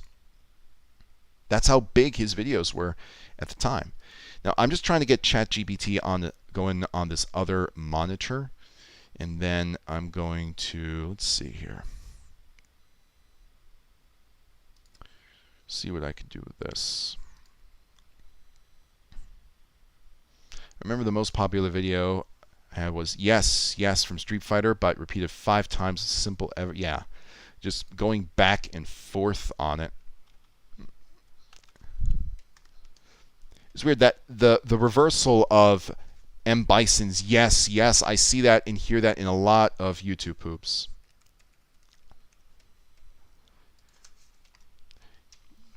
So I think that's, just generally reversing something, it's so simple and it's so elegant. I love it when I reverse something in a YouTube poop and it has this flow, for lack of a better word. It just looks so naturally. It's so clean. Just realized Windows 9 got completely skipped, those jerks. Yeah, they not only did Microsoft skip 9, but Apple as well. They went straight from iPhone 8 to iPhone 10. Okay, here we go. We've got ChatGPT up. We've got it up. We've got it up. This is good. Let me just do a test. All right. We're good. Okay.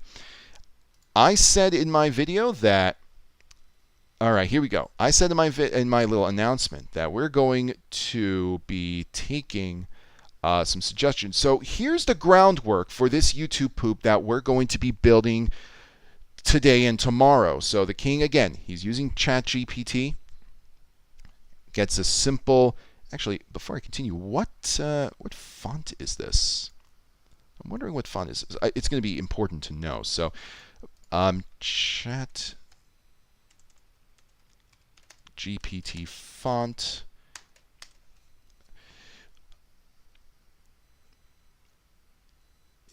Whatever it is, I'm sure we'll figure it out. But either way, what we're going to do is we're going to have the king discover ChatGPT, use it, discover. Wait a minute, this is funny, and then it gets freaky, and then he's going to run away scared that ChatGPT knows too much, and then it's going to cut away at the end to find, and we find that the people who are using this computer, they are Guanum and Zelda, and they are actually on the other end of ChatGPT with the intent of scaring the king. And we're going to have a sentence mix line, something like, the king is such an idiot. I'm not sure if it's going to be Zelda who says it, or if it's Guanum. I already have Guanum sentence mixing the king, and I think Zelda wouldn't say the king. She would just say father. My father is such an idiot. That could also work. So that's the game plan here. That's the game plan, and we're going to make it happen with some input from you. So how do I mean with input from you? Well, we're going to find out. We're going to have you ask some really simple questions and you deduce some really creepy answers. That's what we're going to do. So, hang on one second. There we go. Yep, there's a whole other monitor where I'm doing everything, so there we go. What is the most overrated movie in your opinion? I'm going to say, let's see, overrated. Overrated meaning, of course, like for me, overrated is just going to mean a movie that does not deserve the praise. Like, I'm not going to talk about movies that are so liked. Like, I'm not going to, like, some people say The Dark Knight is overrated. I disagree. I think that it's, it deserves to be well liked. As far as movies that do not deserve to be liked, that's what I would consider overrated. Overrated movies, tough one.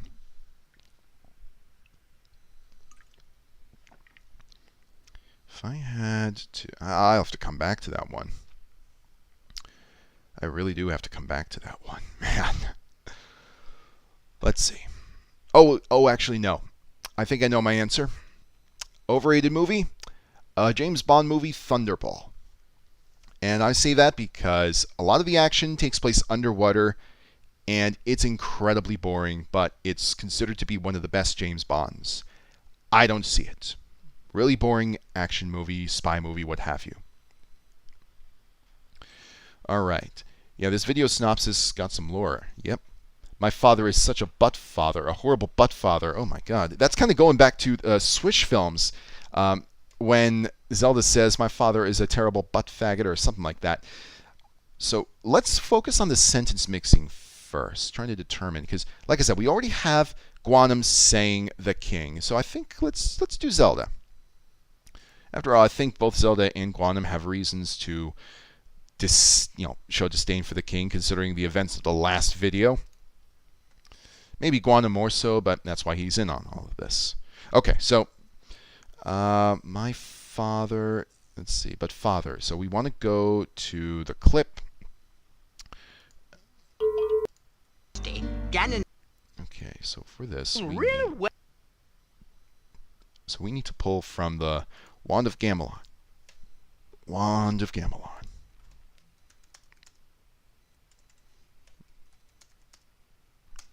And yeah, file name's not valid. I know that. Okay. Empty cutscenes, whole tutorial, all okay. I think this version of it has really good audio, so that's why I'm pulling this. Let's just put this right in the middle. Give myself a nice little palette to work with. My ship. I'll take the Triforce of. But father is what we I'm want. going to Gamelon to aid him. But father, Yes. father, We're going to start with the word father. And I'm trying to think. Zelda uses the word my. When does she use the word my for my father? You know what? This looks like a job for a transcript. Okay, so Wand of Gamelon transcript. I wonder if there is one that exists. Oh, wow. Holy smokes. I don't know how many of you are in the Northeast where I am, but I just heard some thunder. It shouldn't get in the way of anything. Okay, good. We have a transcript. Good. Let's look for the word my. Easy enough. We have my ship sails. Oh, doy. It was right there. My father. Oh, my God. Whew. Link, go to Gamelon and find my father. worry, Zelda. The tri So hungry, I could eat. I could even not. and still no word. Yeah, that'll get. Just something off to the side. Word is something gangster that she could like. If someone wanted to make Zelda into like this gangster, or not this gangster, but this really hip person from like, I don't know, the 70s or 80s. Word, just word by itself. Ganon's no match for the king. Link, go to Gamelon and find my father. Although it might be a good thing that I spliced the other instance of father, because that version, that word just doesn't seem to come close. Let's find out. My father. My father. Okay. Yeah, the way that she says father in my father, it's almost like she's ending a sentence. We want her to start a sentence. So let's see how well this sounds. My father. Father. Yes, that sounds monumentally better. I'm a stickler for these things. What can I say? You know, one day I think I'll just put out a video explaining how, like, what I mean, like the way that it sounds when it ends a sentence. Although I think you may have heard it. All right, take that initial dinner prompt you got and implant the word Octorok. Yes, that's exactly what I had in mind. Dello Yellow, you read minds. I like that. Horrible Buttfather. Jam, I just got back from a brief AFK. Which Bond movie was he talking about? I was talking about Thunderball. Thunderball. I think Thunderball is one of the most overrated movies that I've ever seen. People like say it's a really good Bond film. I found it boring. The action, particularly, is boring because it's all set underwater, and you've got divers with harpoons shooting each other. It's just not a very good action scene. And also, the opening's really boring. So yeah, that's my answer. Which color leaf is best? Which color leaf? I'm going to go with orange, because my favorite color is orange. And it reminds me of fall. ChatGPT recommends that he eat Ganon or Octorok. Yes, yes. Taking this all down as we go. Taking it all down as we go. Maybe a joke could be added about how both Zelda and the King have their hands in the air in the same way. 70 does the best decade specifically for music. Yeah, you know, the 70s produced some really, really good tunes in general. Oh my god, I just landed on this and this is horribly misshapen. Oh god. Alright. Oh man, that thunder is roaring louder. But I think we'll be fine. If I have to cut the stream short because, well, I see lightning, I'll let you know. But I think we're going to be okay. Internet should stay on. If I cut off for any reason, that is why. Okay. We want the word is, and I'm just going to look for is. Link, King Harkinian. Oh wait, this is only the first scene, but I want the entire script here. I wonder if there is some kind of transcript. Maybe not. Maybe not. But at the same time, I might be able to get away with using Impa's lines. Let me just go back here. Let me go back to that transcript. I think maybe, I don't know, a gut feeling tells me that Impa is the same voice actress for Zelda. Okay, Impa is, okay, promises. So the word promises ends in ES. That can be a sufficient is. What if something happens to you? Although, oh wait. Happens to you. Yeah, that's good too. The N is soft enough that it can pass as the word is. I like that. I love it when I just random stumble upon things. Let's see how it sounds though. That's going to be a big thing. My father. It's almost like she's saying it with the gut. Let's see if I can change that. Father. Maybe not. All right, let's compare it to how Impa says it. Later still. Yeah, sentence mixing is all about the inflections given by the source you're looking at. Exactly correct. I mean, to leave question as a question to ask the king. That could also work. I hope the guy who animated these games used the $5 he got paid for making it well. You know, I don't think he got paid $5. I mean, believe it or not, all this animation is really, really well detailed. It's not like still images. Like, look at this scene. Like, hold on one second. Let me just see if I can find it. Cannon's no match for the king. Yeah, there are tiny little idiosyncrasies that the animator or animators did. I mean, it's very wonky, but you can't say that it isn't detailed. Link, go to Gamelon and. So. Right. Okay, promises. Anyways, promises. I want to find. My force of wisdom promise is the king is the. Yes, there we go. Let's see how it compares, and we'll see whether or not it works out well. So that's the gut sound, but I don't want the gut. I want the is to be. Yeah, I mean that could work. Let me see how it sounds sped up a little bit.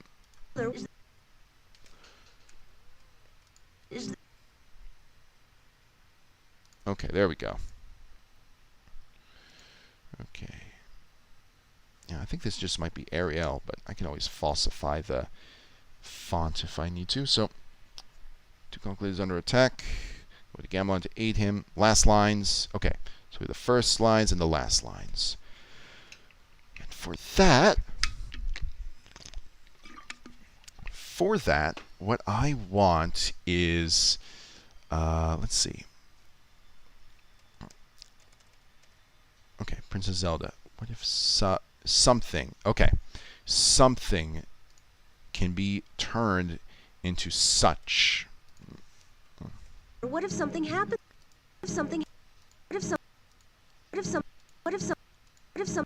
Oh wait, actually. What if something? The if, when she says if, what if something happens to you? That, I don't know. Is it just me or is that F really like? It almost sounds like an S. It's almost like she's skipping the F sound and going straight to the S sound. Let me see how this sounds. Yeah, oh my god. The F is almost silent. That's incredible. Whew. Saw all the Bond films at 12. My school friends told me about GoldenEye, the 64 game. Got it, and I wanted to know more. I remember a really vulgar Zelda YouTube poop that I forgot the name of. Nothing but sex jokes. Not exactly funny. Well, I don't know if... so here's the thing. When it comes to really vulgar jokes involving CDI characters, the creator that comes to mind, Swish Films Inc., I think that was him. Swish Films Inc. He made... I wonder if that's actually him. Oh, wait. Holy smokes. I think that is him, actually. Well, yeah, but he's made, some of the most vulgar versions. And, if anyone were to ask, well, what's the most vulgar CDI YouTube poop you've ever seen, I will point to this channel. Check them out. And I think that the most vulgar of them all technically would be the King's Secret. The King's Secret has so many different inferences. All right. So here we go. Let's go to the video again. My father would have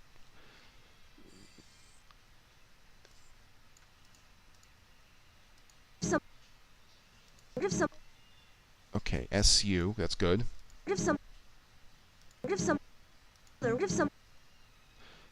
Okay, now we need the CH sound. Even an SH sound will work here. Let's go to the transcript.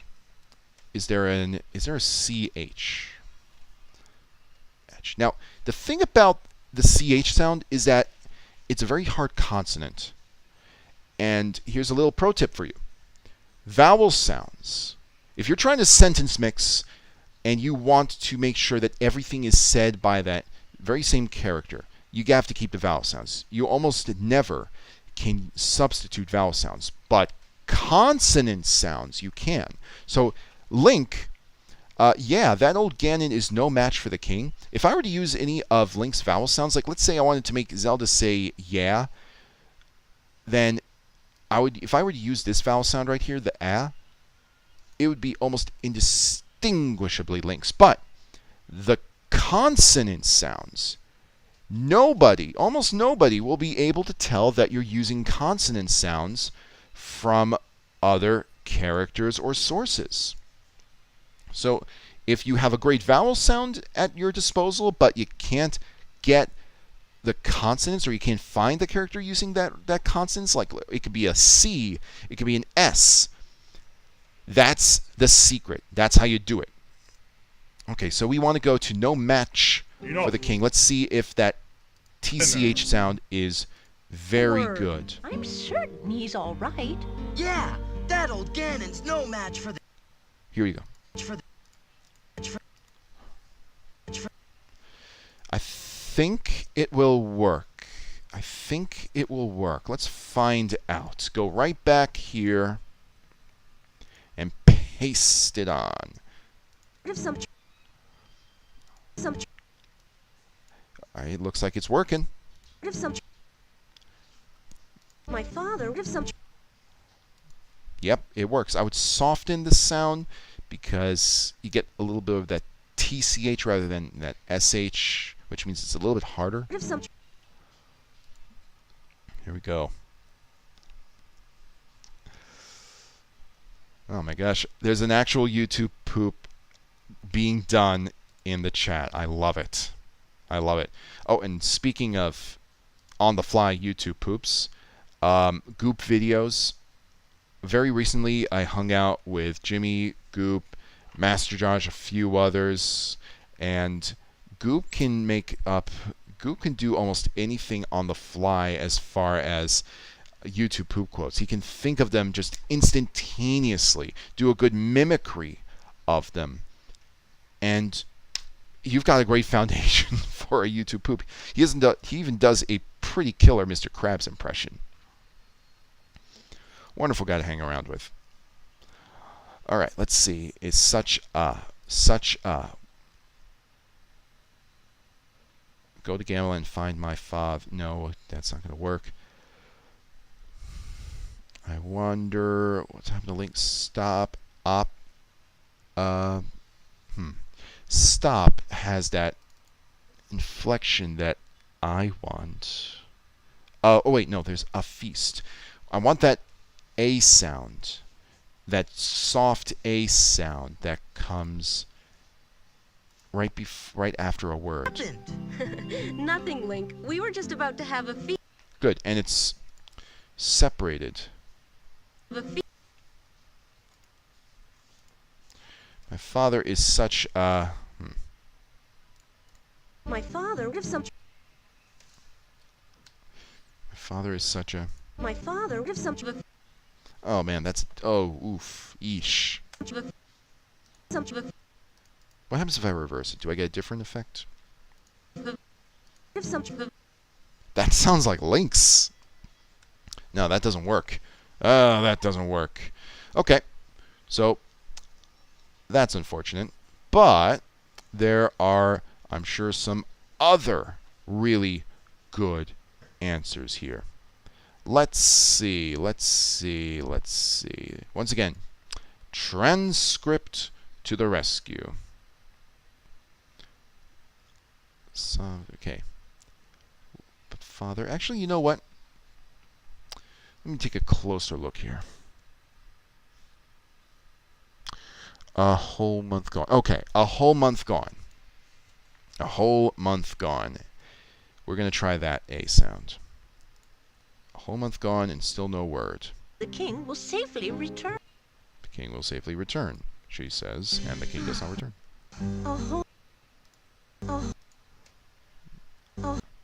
Now, the way that she says it, it's almost like it's leading into an H consonant word, which it is. A whole month gone. Let's see if I can. Let's see how it sounds first. Is this something that we have to worry about with this? Actually, no. I might be able to elong it. Father would have some. Father would have some. Soften a little bit. Father would have some. Good. I like that. I like that. That's much better. That's light years better. Light years better. Whew, where would I be without transcripts to keep my head screwed on just right? Yeah. Ethan Ferris, my father is such an a-hole. Yep, the only thing is that it would be an A-N because it would have to be an a-hole. Such a... Let's see. So we used it... actually, is there an A-N? Does Zelda use that word? Let's find out. In Impa... I mean, Impa says certain, and I'm pretty sure that Zelda and Impa's voice actress is the same. My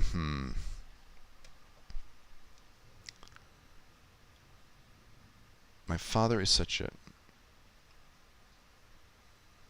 Okay. Well, let's see. Let's try certain. Let's give ourselves some flexibility. Some flexibility to use whichever consonant sound that we would like. Send link. Impa, don't. I could eat an Octorok. And still no word. I'm certain. I'm certain. He's. She is slurring the certain. She's slurring the certain. That's not... Use N in gamelan. Oh my gosh, Ethan, you're using my philosophy. I love it. Use the N sound in gamelan. Damn it. I can't believe I didn't think of that. You're absolutely correct. Duke Onkled is under attack by the evil forces of Ganon. I'm going to Gamelon to...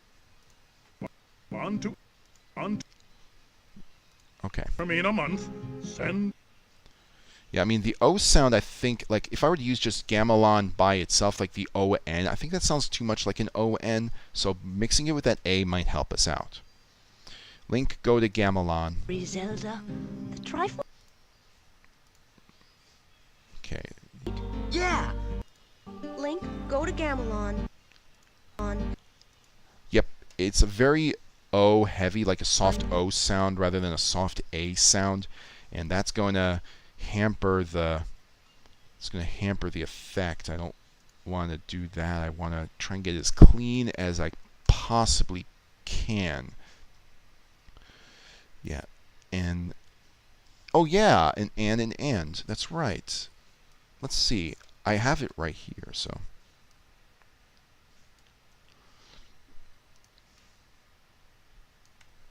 And Yeah, and she doesn't voice the D very well. My gosh.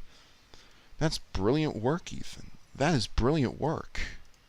and I'm going to soften the end here just a little bit. and Now let's see how it sounds if I were to just replace. and Yeah, it works. It's brilliant. Might be able to merge them a little bit more, make it cleaner.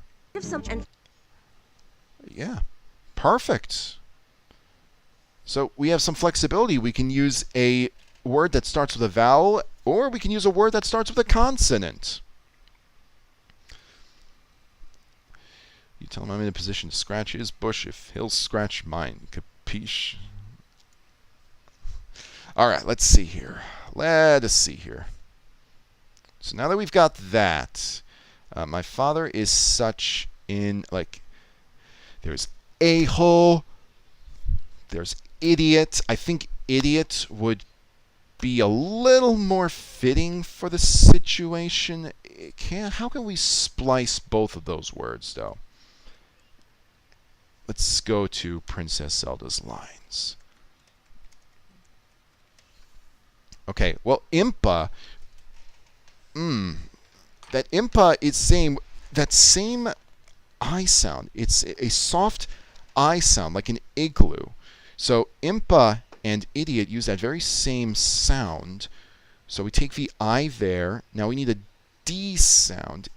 Idiot. Go to Gamelon and find my father. Father, I wonder. Idiot. No. Happened. No. Stop looking at yourself. Nothing, Link. We're just about to. I think this. Okay. About to have a feast. Idiot. Idiot. Idiot. Idiot. Nah, it's a little. I mean, I don't think that's going to work. But Father, what if something happens to you? Impa, a whole month gone and still no word. Link, go to Gamelon, find my father. A-hole is perfect. I mean, it does work really, really well.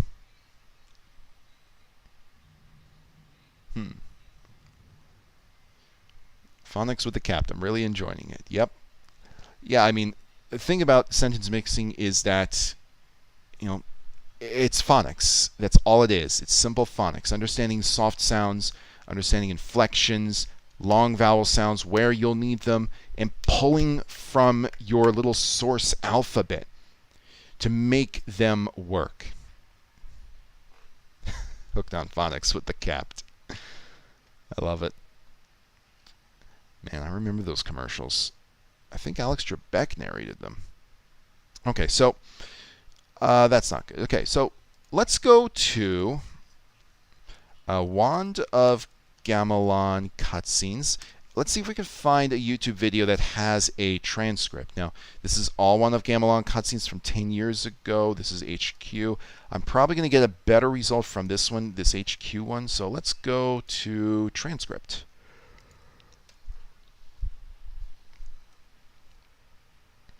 See here. Duke Lonka attack. Yeah, now the only downside to this, I mean, you have the timestamp, but you have the timestamp here, but at the same time, you want to find the right sound. You have to know what character is saying what here.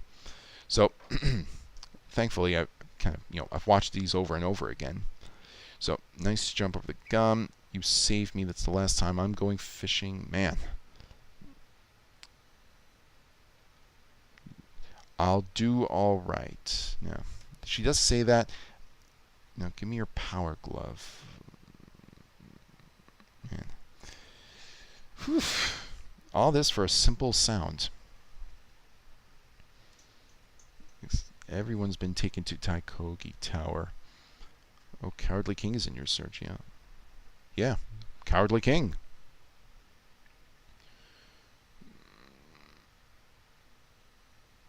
Let's see. Alright, do you see anything? Man, I'm just going to skip to the end and work my way backwards. I think Zelda has more lines toward the end of the game as far as the gameplay is concerned. So, whenever I see I shall devour.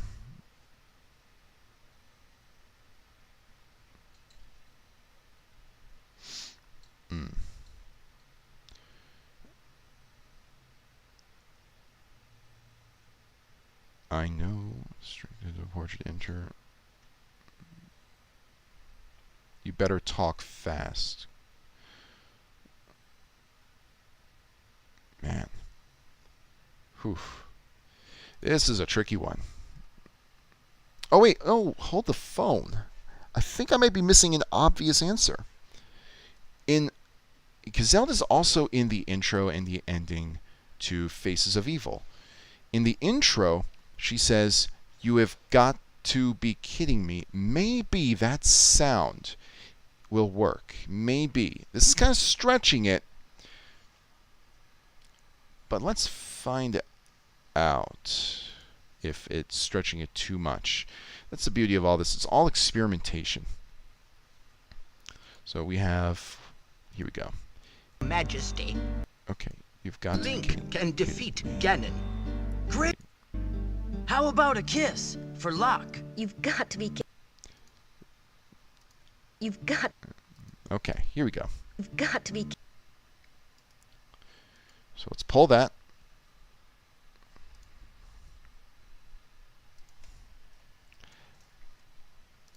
got At the very least, we get a good ending to the word idiot. But again, if it doesn't work, we'll just use a-hole. got to be got to be got to be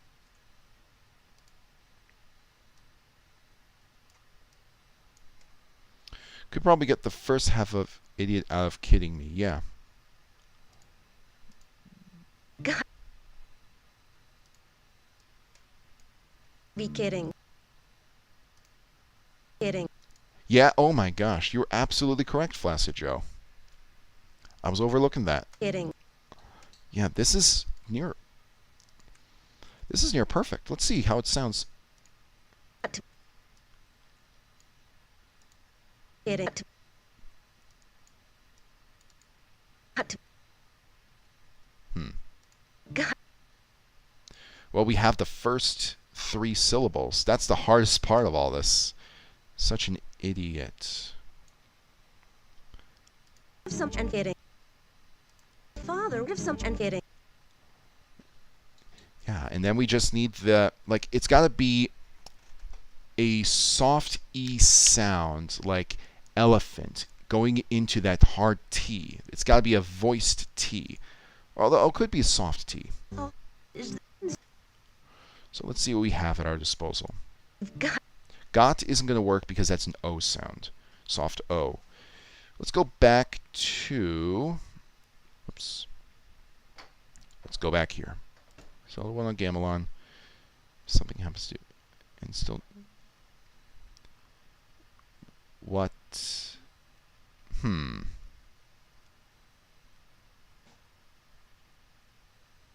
I think maybe actually what might work. It's kind of like it's a soft A sound. What a happened? whole month gone. And Yeah. Whole month gone. This and the other thing. What happened Here's to the Link? traitor, liege. I wonder what happened. Nope. It's not voice strong enough. And you could use got to be to make the word God if you wanted to say goddamned idiot. Oh man, Flaccid Joe. I wish I could hand out medals or something.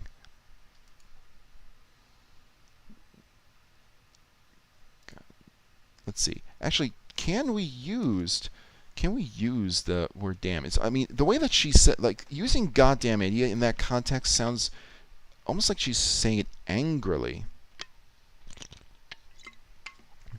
But maybe she's, in hysterics. That could be, yeah, hysterics. What if something happens? Impa. Whole month gone, still no word. Go to Gamble and find my father. Father, happy to link. Stop. Just about to have a feast. Yeah. So that's not going to yield anything. Why did you do that? I just saved you from Ganon. Let's go to Faces of Evil transcript. I'm sure that's very easy to find. Yep, same site, wiki quote. Okay, so Princess Zelda. Got to be kidding.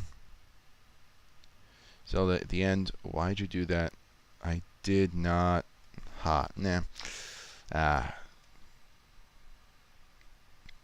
Link, it runs in the blood. Well, I think that, I don't know about that. I mean, I think that it runs in the blood. And that would be good if we wanted the scene to continue. So, my father is a goddamn idiot, or my father is an idiot. It runs in the blood. Actually, no, that could work. That could work. I just need the right. I need to find the right Link sounds then. So let's do this. Let's just search for. Let's search this transcript. See if we can get. Oh, darn. Darkness. Dark around Ganon's body. It's too dark to see Ganon. It's really tricky to make that word damn. Let's focus on completing idiot first, maybe completing a couple of other things, and then we'll return and see if we can add damn and goddamn, because you're right. Got can be made into God because the T and the D sound same mouth shape. Is the king being a jerk or just clueless for context? So this is kind of like an extension of the universe where, keep in mind, in the last video, the king did some unspeakable things to Guanum, made Zelda go back to the kitchen in a stereotypical fashion, and they're just deciding, you know what, we're going to be on the other end of ChatGPT, we're going to play the prank on him, and the king's going to go crazy, and we're just going to laugh about it. That's the context. The king's always been a jerk in this universe, kinda. A rich jerk. Trying to pawn off his NFTs. Okay, so let's go to the game plan again. Is there a K sound I hear? I'm just going to soften that. I think there's like a little K. Yep, there we go. Alright. Now, we need to find a good way to end it. What if something happens to you? I'll take the Triforce of Courage to protect Alon to aid him. But Father, what if I would use the what here. what if something happens to you? I'll take the... Actually, let's do this. Sometimes you get some pretty interesting sounds when you reverse the clip. So what I'm going to do is I'm going to extend this all the way, see what it sounds like in reverse. If we get a good enough sound, we'll use that.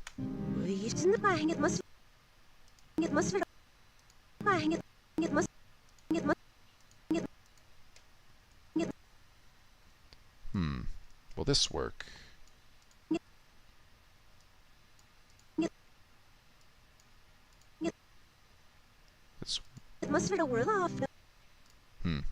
It's not the best. Definitely not the best. Did you see the Faces of Evil playable King mod? Unfortunately, it doesn't make the game good. I don't think I've seen that.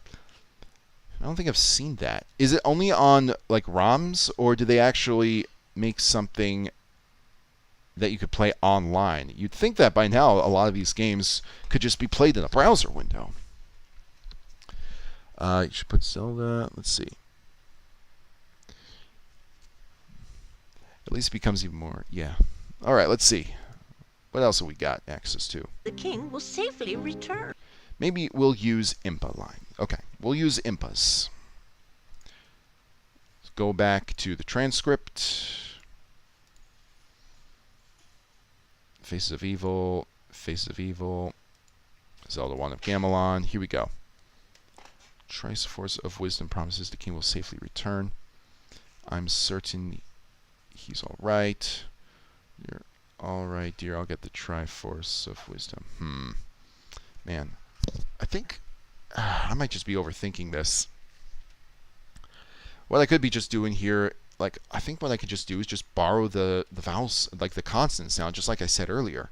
And sometimes that happens to me sometimes. Like, I overthink a lot of things, and when I do that, it ends up becoming a little bit more of a chore than it normally is. So let's focus on some of the basics here. So, Link, go to Gamelon and find my father.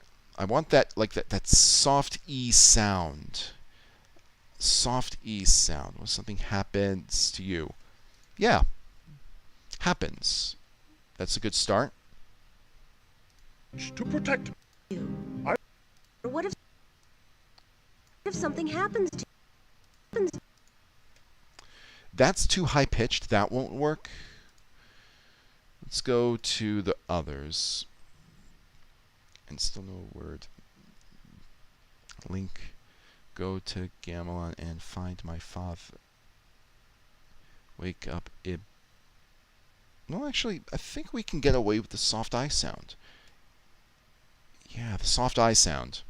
The king will safely return. The soft I sounded Yeah, Impa. that old Ganon's no match for the king. Link, go to Later still. Wake up, Impa. Yes. Impa. Impa.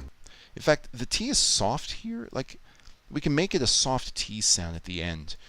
Whew. Phonics. It.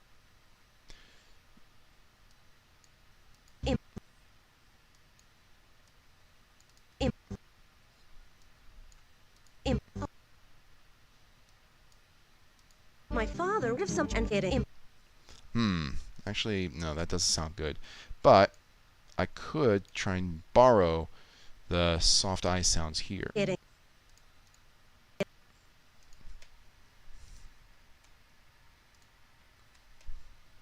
It.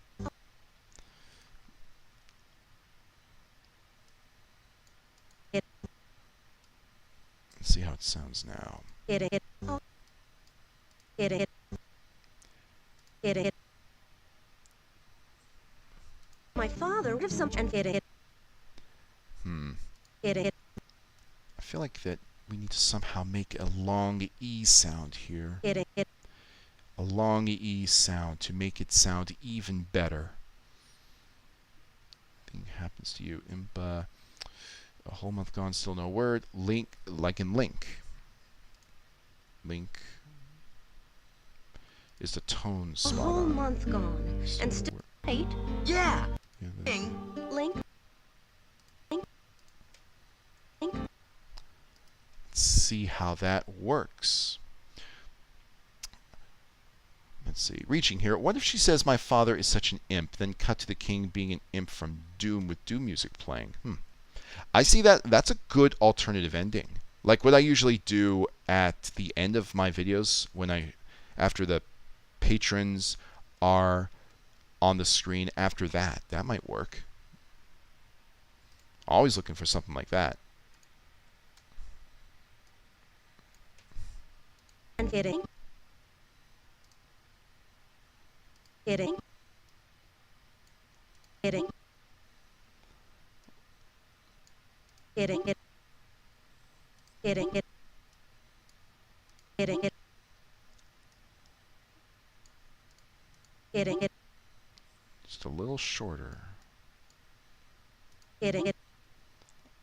My father if some and hitting it. That's better. Oh my gosh.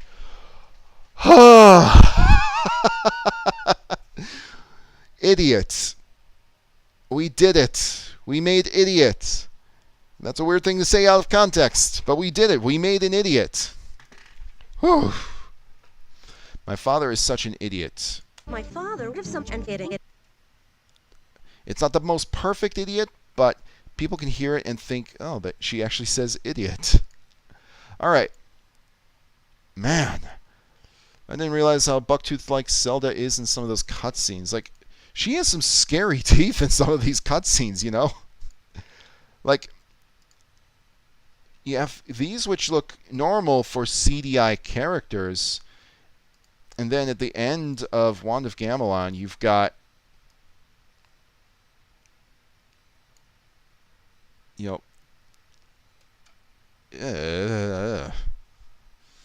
this face just doesn't compute.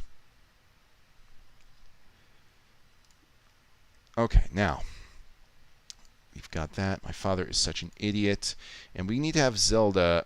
Like, hang on 1 second. Let me just make one quick change here. Remove the video portion. Should still say the same thing. My father would have some and getting it. Yes.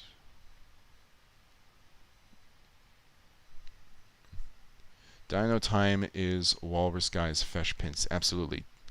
Actually, Walrus Guy, I think that's his magnum opus right there. Dino Time Enough for Love. Which is weird because, you know, when he, like, quote unquote, made his last YouTube poop, that was supposed to be his best one. And then he, you know, he makes them periodically over the course of the rest of the 2010s.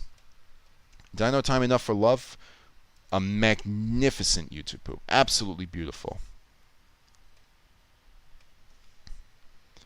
Okay, so my father is such an idiot. Now we're going to have, let's see. We need Zelda to be present here. Let's see here. As you can see, I'm not very organized, but that's okay sometimes. Okay, here we go. Home of gone, still no word.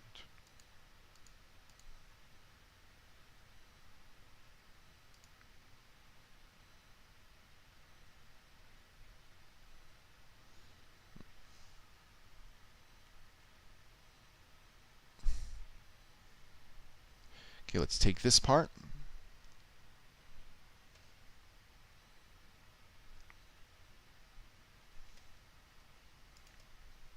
Cut.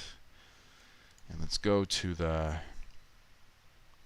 let's go to the voice lines. This clip right here is perfect. Now, her head's being cut off at the top here. I'm not bothered by that. Whoops. Don't wanna rotate.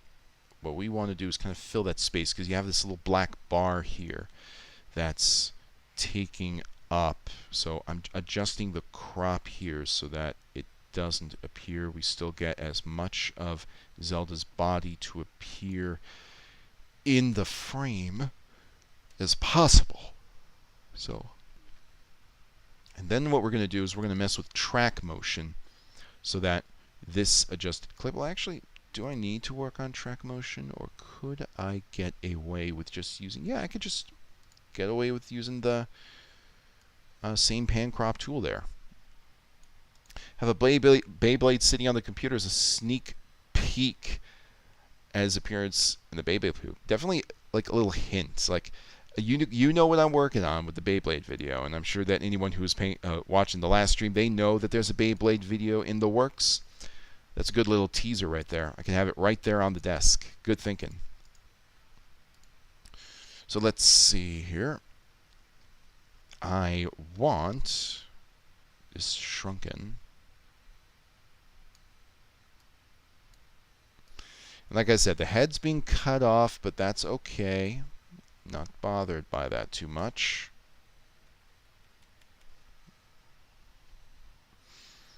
Just gotta get it right in the corner.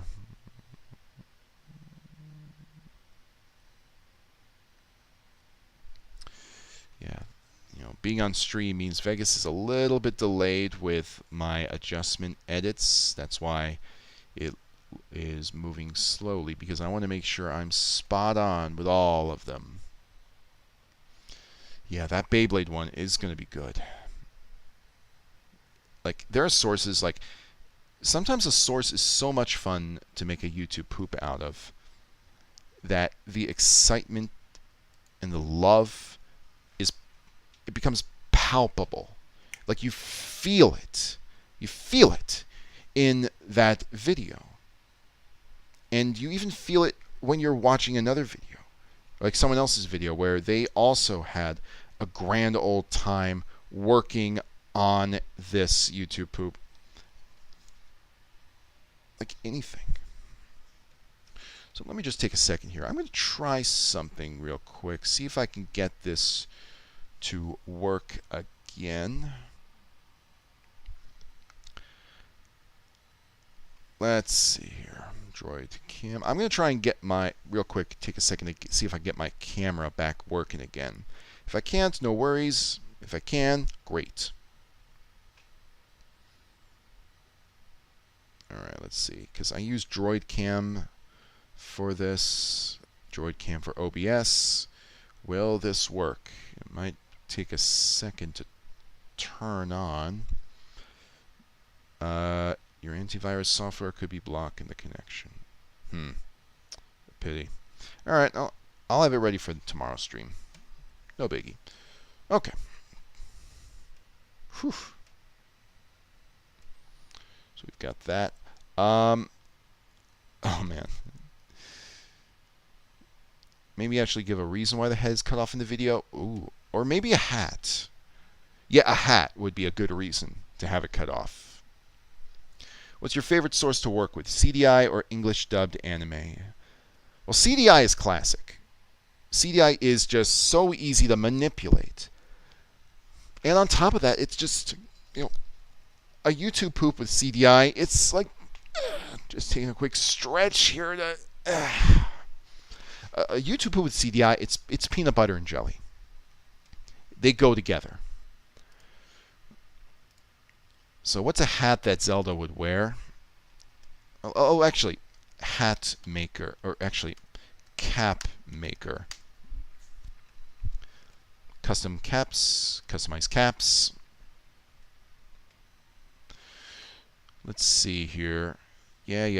I don't want logos. I want there to be words only. So, custom apparel, hats. Let's see. Well, I guess you can't do it here. What is something that would be really funny to be on Zelda's head? I've got a couple of ideas, but let's see. Ordering for myself. Let's just do this. Choose a hat. What I'm doing here is I'm just trying to see if I can create a display of the hat. Give Zelda a wide brim Mets hat. I mean, it's tempting, but as tempting as that is, I want there to be something like a phrase, like Foxy Grandpa, like in SpongeBob. All right, embroidery. One size fits all. Start designing. Yeah, that's fine. Okay, let's start designing. Add text.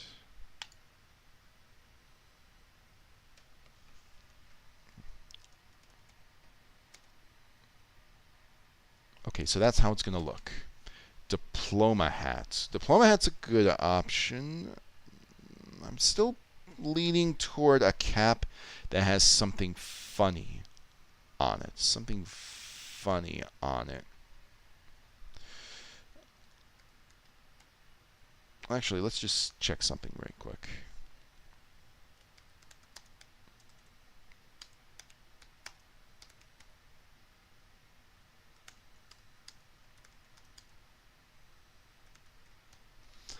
Yeah, it's too small. I probably need to make it as well. I probably need to make it a little bit more visible.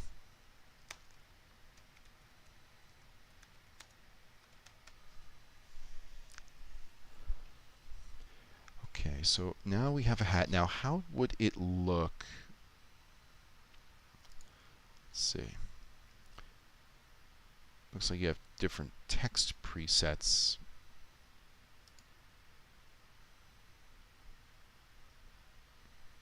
No, I think that, simple, straightforward tends to be best.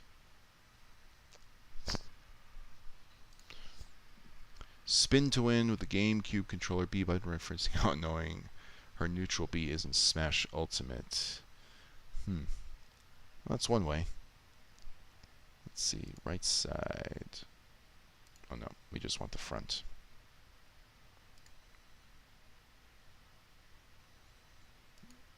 Okay, now can I...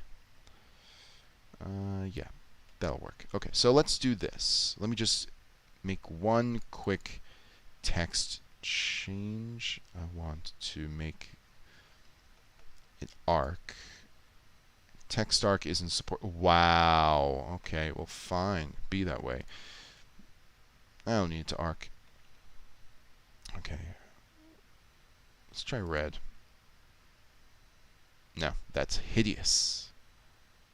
That's hideous. That'll do. All right. All right, let's see here. Oh, no, get rid of that. So we're going to confirm that that's done. And then since I don't think I can right-click, can I? No, I can't. So once again, my good friend print screen is going to come into play here. I'm going to pop open Paint again. It will... Oops. I'll just crop. I'm a simple man. I use Paint.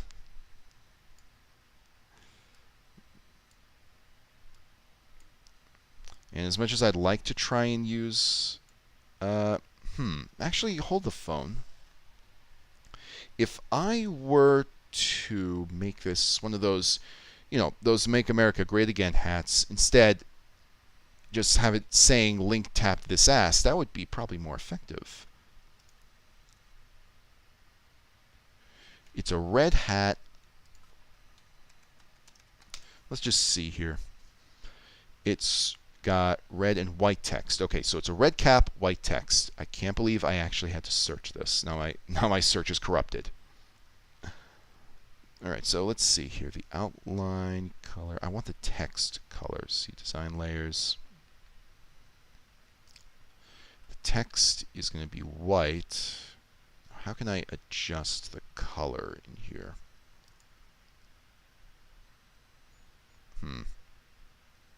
Okay, choose color. Cranberry. There we go. Yeah, it's a good shade. And then I'll go to the actual text. I want white text. Golf, to be kidding. Let's see. Color and details. Text color. White. Now, maybe I can make this bigger for... Yeah. How much bigger can it get? That's the limit. Okay. Perfect. And that also means that I can probably now put this, instead of using like Paint, I can probably put this into Photopea. Because with Photopea, you've got that magic wand tool that does a really good job of isolating the image from the colors.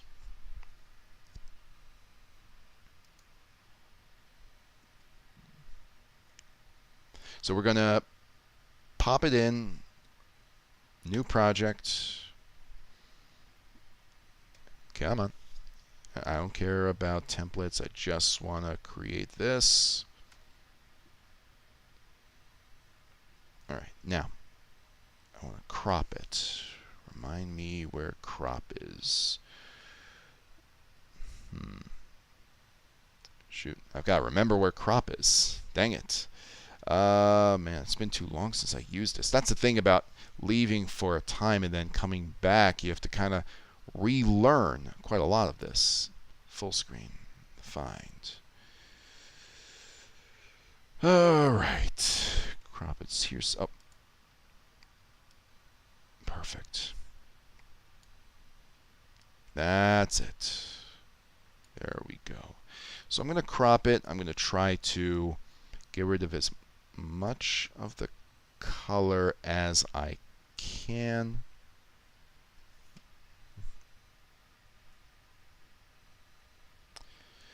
And I'm not concerned about the size of the cap.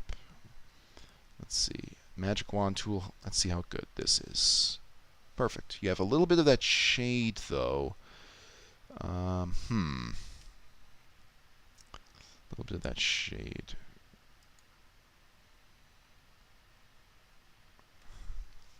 See if I can get that out. Actually, you know what? We'll keep it as is, and I'll just use the... Because sometimes the magic wand tool can be finicky. Yep, reminding me of a mag hat. That's exactly what I was thinking right there. All right, so let's save, or export as, rather, PNG. Zelda hat. Man, by the way, you guys have some incredible ideas. I love it so much when there are ideas added to YouTube Poops that I didn't even think of. It's very collective. Thank you so much for that. That's why I love doing these streams, because we're all right there. Make link great at ass tapping. Again, that would also work, but it looks like the cap maker has a limit on what you can do, like how much words you can fit, how much text you can fit on the cap. All right, Zelda hat. There we go.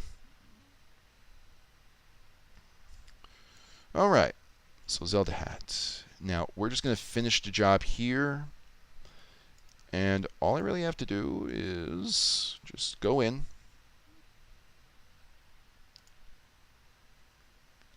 And then just kind of cut it out.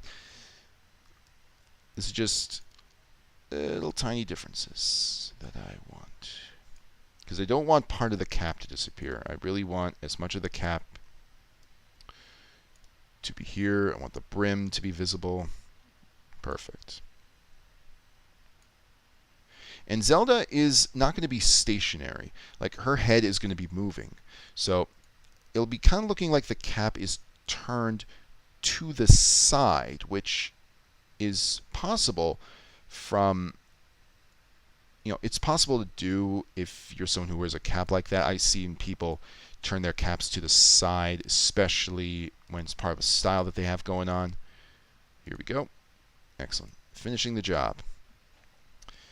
Let's put on Zelda's head, and let's see. It should be pretty clean cut. Add video track. Then I want to shrink. Actually, before I shrink it, I want to make sure that the aspect ratio is correct. And it looks like the brim is coming over her eyes. I don't think, but if I turn it, because her head is arced here. So if I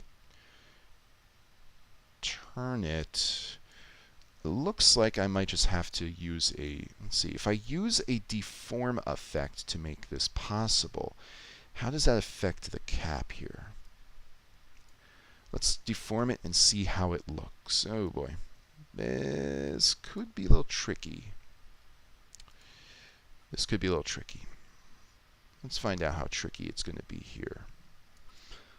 Although, maybe not that tricky. Yeah, make Gamelon great again is another good one. I think that, this is one of those jokes where you could put anything you want and it would work really effectively. Okay, now let's readjust it.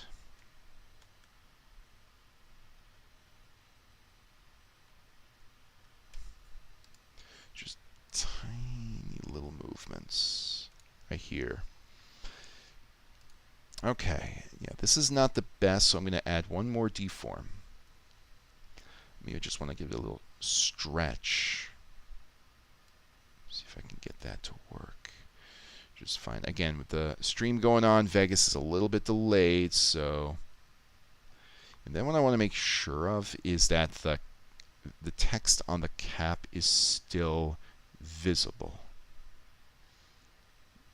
Because it's one thing to have this cap, it's another if someone has to squint to kind of read what it says. I mean, it's going to be in a small part of, it's small already, so I don't want to shrink it way too much.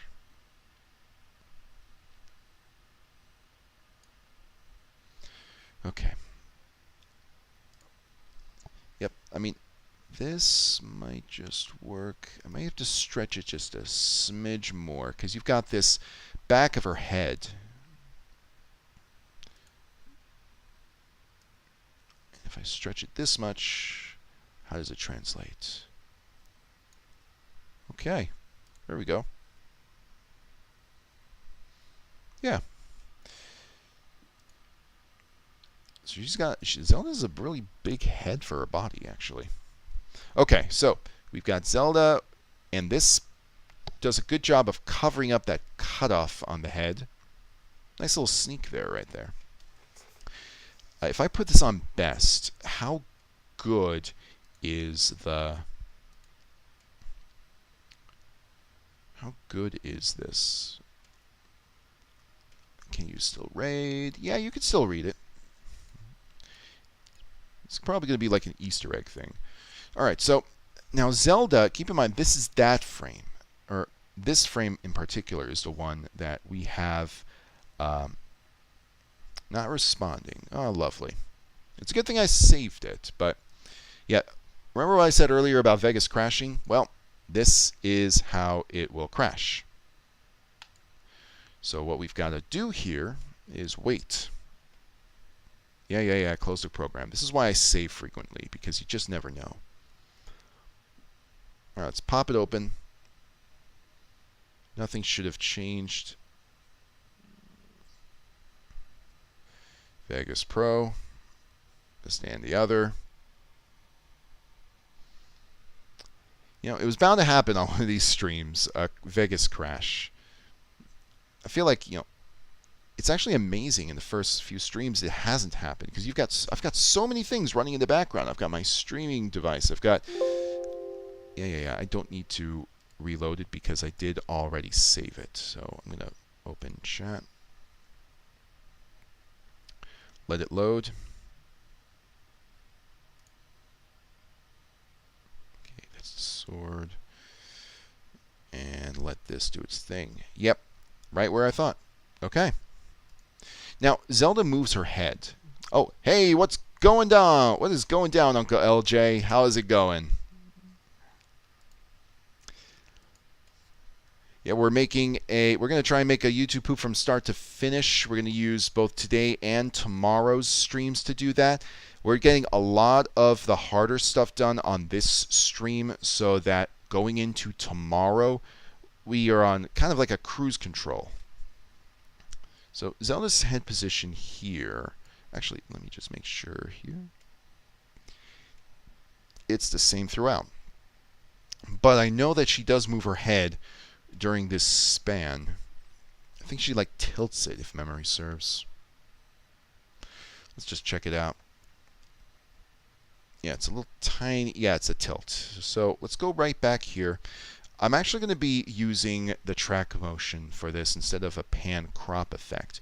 The reason being is because when you have a source that has been deformed using the deform effects, then when you try to pan and crop it, it's going to, you see, the deform will have also affected its frame.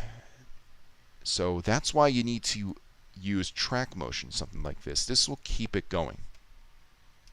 Yo, Cap, just want to thank you for your good work. I've been watching your stuff since 15 years ago. Keep it up. Well, thank you so much, Shippu. I really appreciate it when you can join the stream. I really love that you've been following me for this long. Thank you so much. I look forward to more stuff coming on out. All right, so here we've got this anchor. Now we're going to have it follow it bit by bit. Just a smidge here. I did a very similar thing in my Mulan poop where I had the characters wearing caps for the Yankees and the Mets. Maybe the darker brown crescent in the door is a disguised tentacle. Let me. Oh man, I can't unsee that. But a disguised tentacle. It does kind of have that look. Well, the reason I have this doorway here is because when the king gets freaked out, he's going to run by the doorway. Now, at that time, I will have the frame zoomed in, and then I'm going to zoom out to Guanum and Zelda at the computer, showing, like, it'll show that they've actually been pulling the king's leg in all of this. Good. I just finished remixing my new mix for the Nostalgia Critics, The Wall, and I'm thinking of making a YouTube poop album on Pink Floyd, The Final Cut, as a sequel to my first one called The Dark Side of the Poop. Well, damn. Now, the new mix for Nostalgia Critics, The Wall, you're talking about the album, or are you talking about that whole review, video and audio? Because if memory serves, I think it's just one and the same, but I think that the album actually has a few more tracks on it. Correct me if I'm wrong on that, because I know that, all in all, I think the whole thing's about 45 minutes or so. Alright, let's see. How does it look here? Does it look good? The Emperor's abuse in that Mulan video was funny. Absolutely. Oh, man. Man, that Mulan video, that's one of my favorites. It was like the first, not the first, but one of the, like, it was something that I made that I'd actually had, some of those scenes have been in my head for a long time, and making that poop gave me that opportunity to get it out. And it couldn't have been timed more perfectly with the live action release, the live action Mulan on Disney Plus and all that. And by the way, that live action Mulan, absolute crap. Do not watch it unless you find a way to watch it for free. But that was such a crap movie, and I feel like coming out with that YouTube poop was a little bit cathartic for me because it was such a terrible movie. And making that poop revisited all the good feelings I had when I watched Mulan when I was very young. There was a YouTube Poopa Luigi putting Yoshi to bed. The dialogue was, you know what they say in Brooklyn, early to bed, early to die.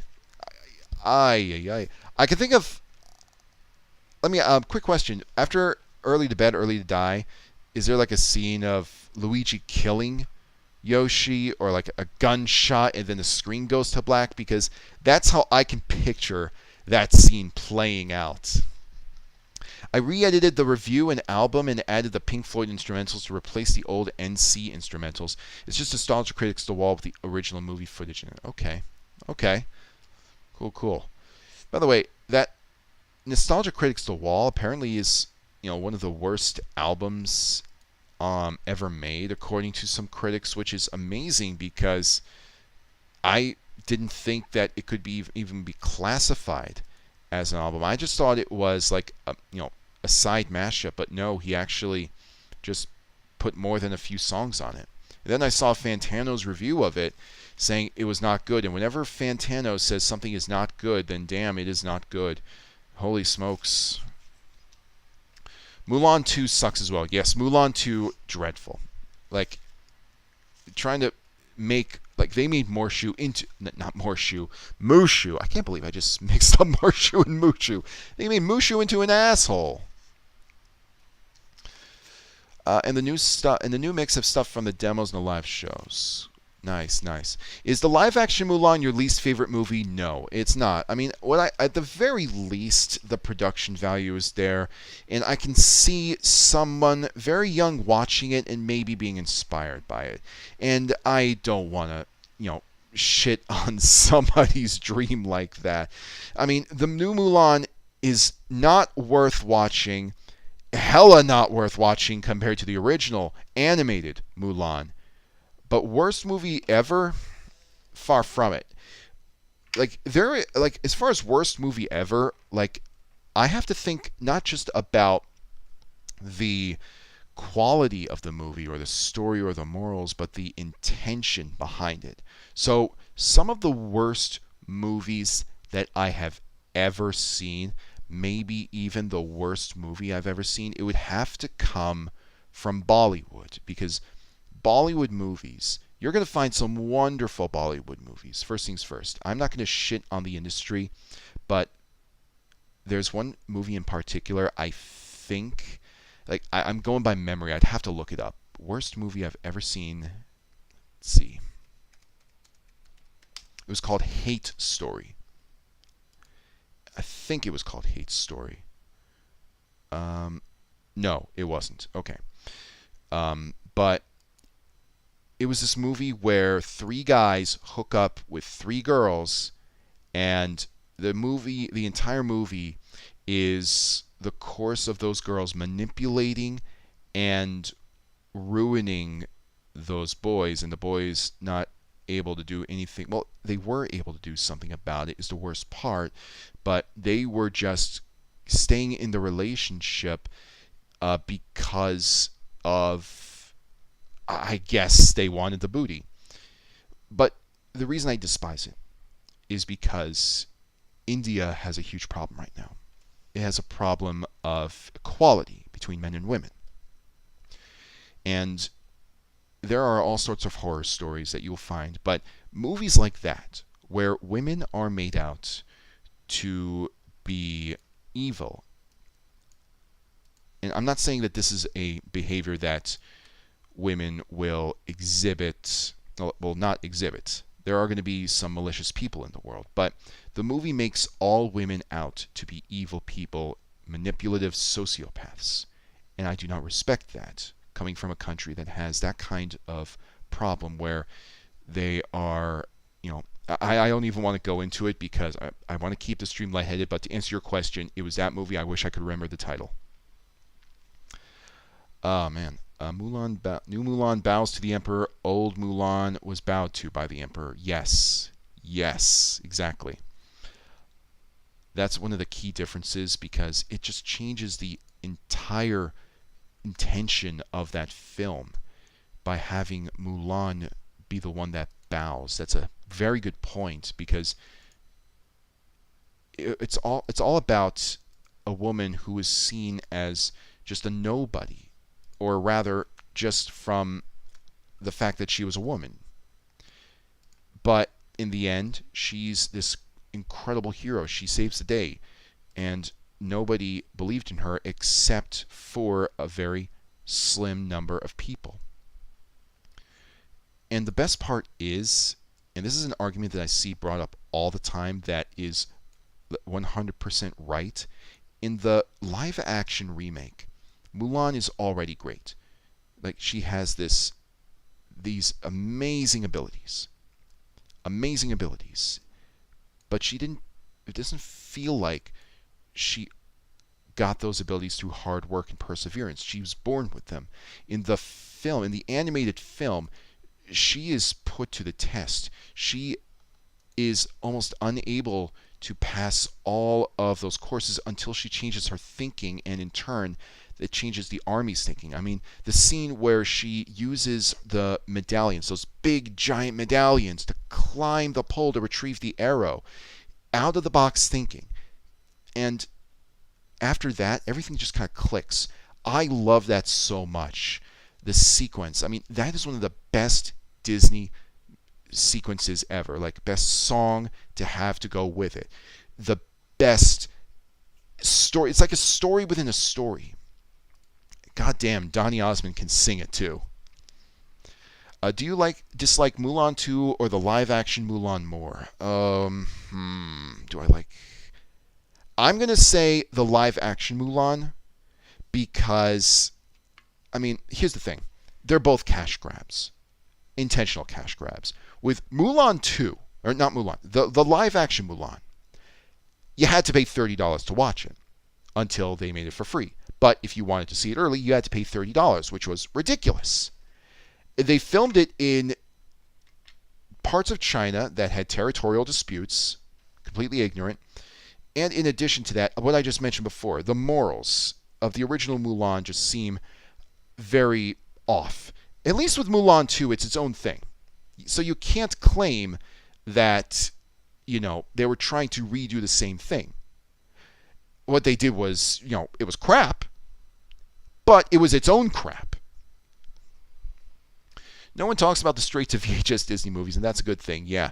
I mean, I will say this. If there's one straight to VHS movie, Disney movie that is good, or at least can be considered good in some capacity, it is Cinderella, the time-focused Cinderella. I think it was Cinderella 3, which is weird to say. Cinderella 3, let me look it up again.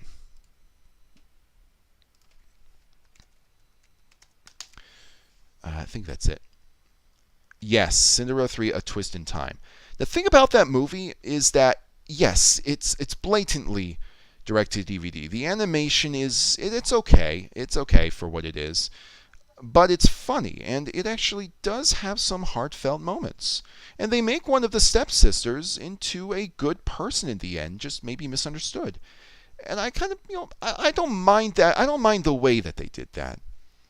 And there's also one scene where someone leaps out a window. I'm not going to spoil it for you, but there's a scene where someone leaps out a window. It is hilarious.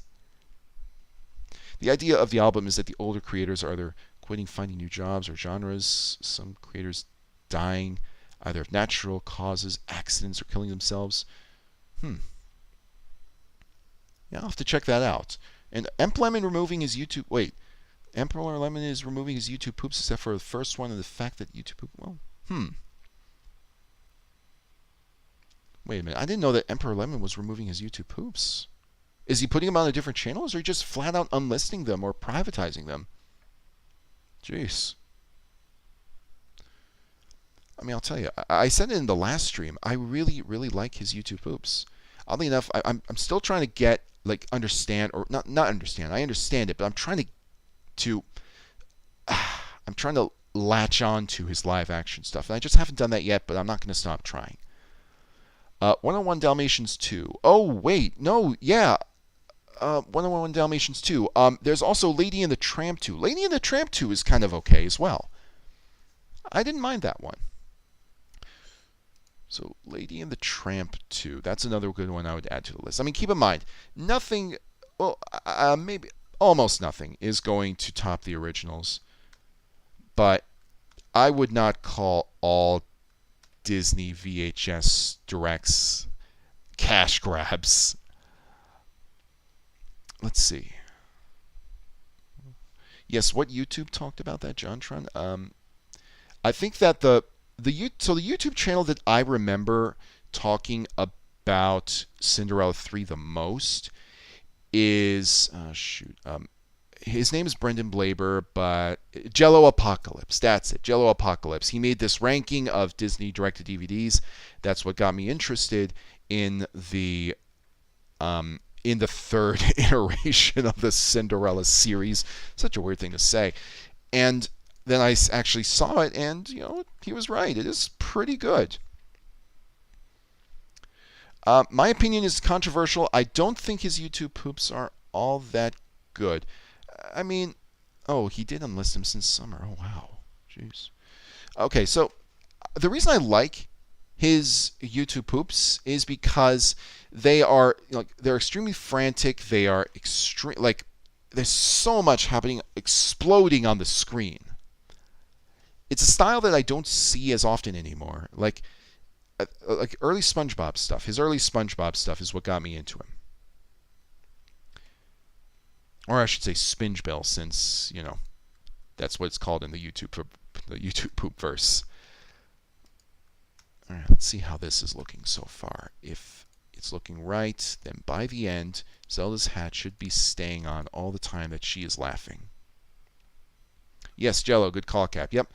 It's funny, Jello Apocalypse, really, really wonderful channel to follow. I initially found him through the let's see.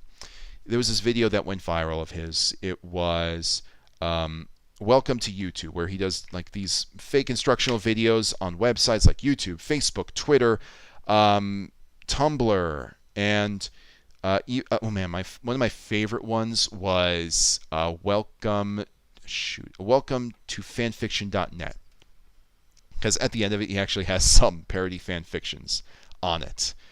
A really good channel to follow. He's a really good animator, and he does those rankings every so often, and I love what he has to say.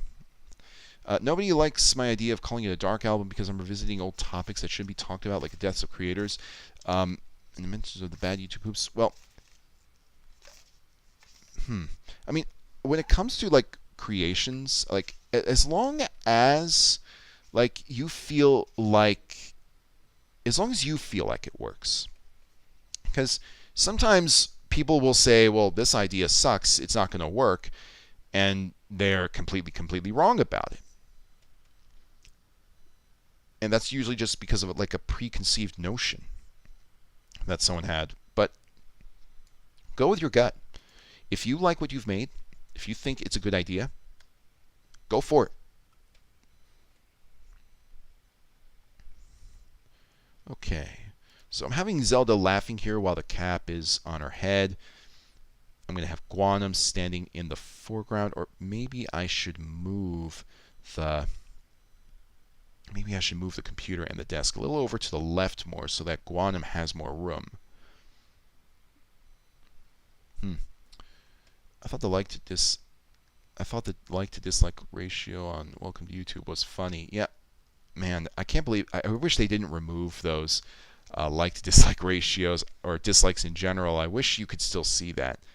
But yeah, he was absolutely right. I mean, the thing is, YouTube, like way back when, was, it still kind of is crap. There's a lot of longing for older versions of YouTube, but for what it is, I'm not going to complain. I think that the Welcome to Tumblr one was his most controversial. I mean, he recently put out like a little memo saying that there were some jokes in it that he did not like now that he's looked back at them. But I mean, for the time, I guess they were pretty funny, but I can see where he's coming from in that context. But the Welcome to Tumblr one, that was a really controversial one at the time because it made fun of Tumblr and people on Tumblr. And this was like back in 2014, back in 2015, where being offended was very easy to offend someone. And often they weren't really offended. They were just trying to elicit some kind of apology out of you so that they could take power over you. That really was a thing, and I think it is still something in some circles. I don't think it's as big a thing on Tumblr anymore. I think it's kind of migrated elsewhere, but people are wiser to it now. So that's something that really got the Welcome to Tumblr video a huge, like a little bit of a bigger dislike ratio. Sin Tragedy and his failed music career. Yeah, I mean, I know a lot of YouTube poopers actually attempted a music career. I don't know very many personally or off the top of my head, but some of them actually entered the EDM space, if memory serves, which good for them because a lot of the YTP MVs that they made kind of resembled that EDM sound with the way that the sounds that they were getting from the sources in all of those remix music videos. It sounded so good. In fact, one of the, let's see, I'm going to try and pull it up here while I've got an opportunity. There was like this, let's see, I think it was Game Bop. Let's see if his channel is still up. Game Bop or Mulhall, 6-1, yeah. Perfect. I think that he still has some, because a lot of those YTP MVs were made through tennis matches. Game Bop, one of the best when it comes to tennis. And when I say tennis, I'm not talking about the kind that I had with Deeper Cut. There's like a sub community of YouTube poop that has tennis matches with each other. They have brackets. They have these competitions. They have these different types of tennis where it's YouTube YTPMV centered, source centered. And it creates such an incredible illusion. Like, look at these thumbnails right here. Look at these thumbnails. That's all done with video editing. It's not like it's not like it's painted. It's all done through just layering extreme effects, everything. And he's made videos, let's see, most recent one year ago. Gosh, I hope he gets back into it, but man, I really like in a lot of his videos he's actually put out some really good YTP MVs. I'm trying to find a good example. There's one that I really love, but if you just watch these, like even without the context of the other rounds by the people that he was playing with, and keep in mind, it's all very loud. They're using ear rape. They're using extreme volume spikes, so be ready for that. But you will be amazed what people can do with just clips. I mean, just watching these makes you realize just how powerful YouTube poop can be. How much diversity there is in all sorts of styles. So GameBop, I know he put out some really good YTP MVs in those. Definitely check out some of his stuff when you get the chance. It'll probably blow your mind. The star rating system is the one. Yeah, the star rating system I really have nostalgia for because you got a little bit of a better idea. Like I don't know if you got a better idea because the like to dislike ratio was definitely a lot more precise when it comes to what kind of how good a video is. But at the same time, like the star ratings, like you could see what people rated it more often. So if a video has 3 stars, you could find out if it has 3 stars because a bunch of people rated it 3 stars, or if it has a perfect split of 5 and 1. And because you could see what people rated it, I mean, I thought that was a really good feature. Like maybe it was a little invasive for some, but I don't know. I loved seeing what people thought of my videos. If someone thought it was a 4-star video, that's fine. If someone thought it was a 1-star video, well, oh gosh, then. And sometimes I could see the rating from someone who is a very effective troll. Like there were people on YouTube who trolled people by rating them 1 star, like all their videos 1 star, and you could see it right then and there. Yeah, it's still on. Yeah, for instance, there's a song called Fletcher Memorial Home which mentions the people Roger despised back then, and I thought that would work with the awful, horrible YouTube poopers. Well, I'm not sure. Like, I don't know, like what kind of like quote unquote horrible YouTube poopers are or were out there. I know that there were some who were a little bit more malicious than others, but all in all, I don't know about like horrible as far as content, like what they made or how they made it. Like obviously, editing style is going to be a huge, it's going to be a huge indicator of how someone experiences is at editing. But like if you mean horrible in the sense of their attitude of what they did to people, well, that's a whole other story. But yeah, I mean it's a curious project you've got going on, Uncle LJ. It really is. All right, so back to this. So all this looks good. Now I want that cutout of Guanum. I put the cutout of Guanum right here. Let's take this. Man, this is looking good. So I want to flip him because he's got to face the computer. I'm going to turn this off because that's going to cause me problems if I keep that on. Flip horizontal. Easy as that. What was the earliest you looked at YouTube? Were you able to look at it when it came out in 2005? I was able, let's see. The earliest was summer of 2007 because that's when I created my account. And the first video I saw was Neil Cicieraga's Potter Puppet Pals videos. So, because back then he actually had his own Flash site, because Neil Cicieraga's Potter Puppet Pals original Potter Puppet Pals videos were Flash, and he had them on his own site. But then he actually got real puppets, and he hosted them on his site, but he also put them on YouTube, and they were extremely popular. They were actually some of the most, if not among the most popular videos on YouTube at the time. In fact, he actually won YouTube awards for them at the end of 2007. So those were the first videos that I ever saw on YouTube. And I remember them so fondly because I was still really, really, really into Harry Potter at the time, like a super fan Harry Potter. Hey, is it okay if I friend you on Discord? Yeah, feel free. Feel free, my man. All right, let's see. I want the...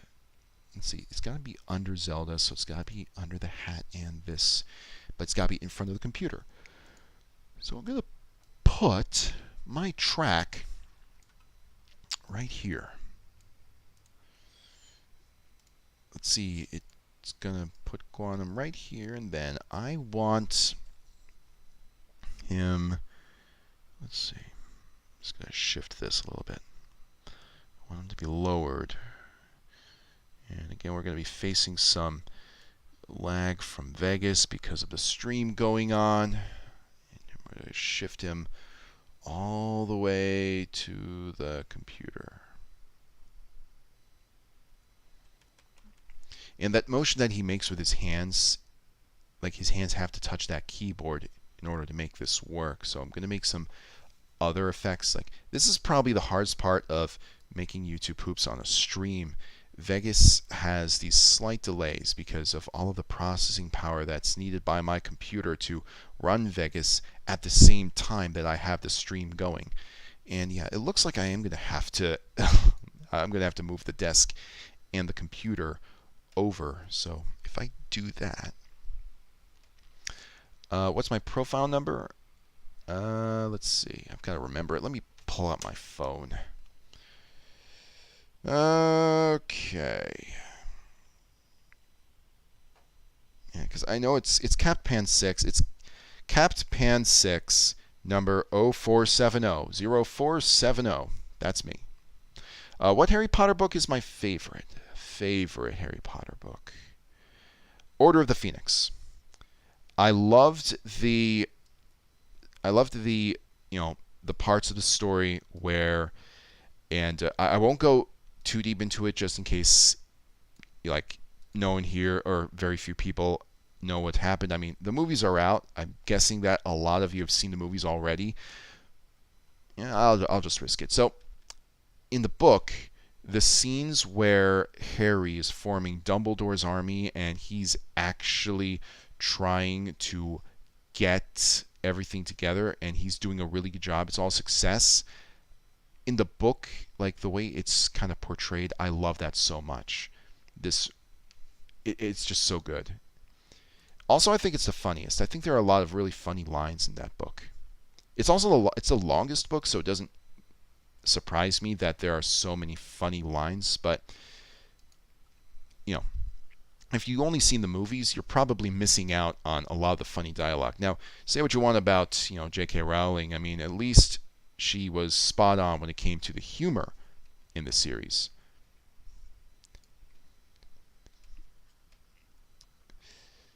Okay, let's see here. The computer's just got to move over. Yes, Canada is where I might, let's see, is where I might move to not have as garbage bills. Are you like a, oh yeah, Canada is where I would go. Let's go. Okay. Yeah, I don't know. I mean, Canada has some pretty big bills. I mean, from what I understand, it's hard to get a home in Canada. But, again, just what I've heard and seen. All right. So, this is how far I've moved it. This actually looks pretty good. Now, let's see. Guanum has to have his hands coming down.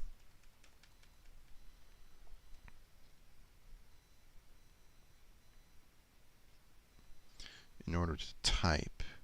So I want to just move the little cursor right on over and get those hands to do their thing. Now, it's not going to be perfect. I think this is where, oh wow, oh, this position right here is spot on. I think I might just have to, let's see, should I take a gamble and deform him?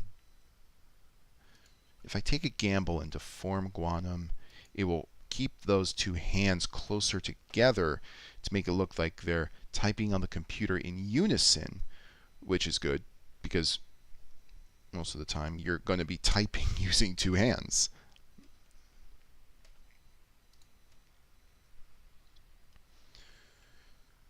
Alright, let's get rid of these little bits here. And then I'm going to see what happens when I deform. If I deform it,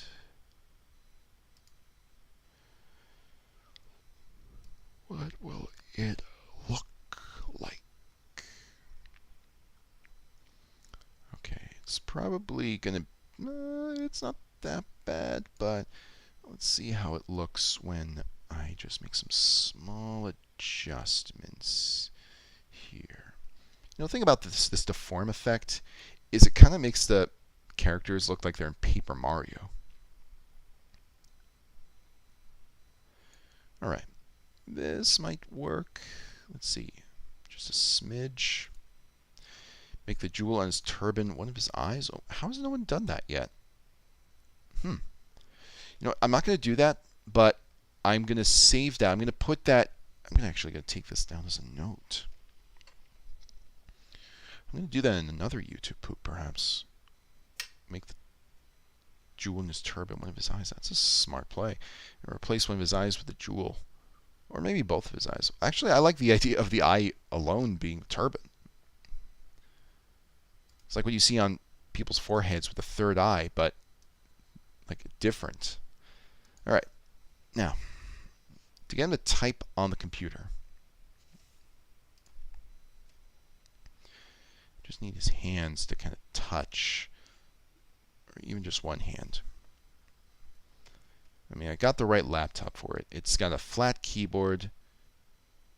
There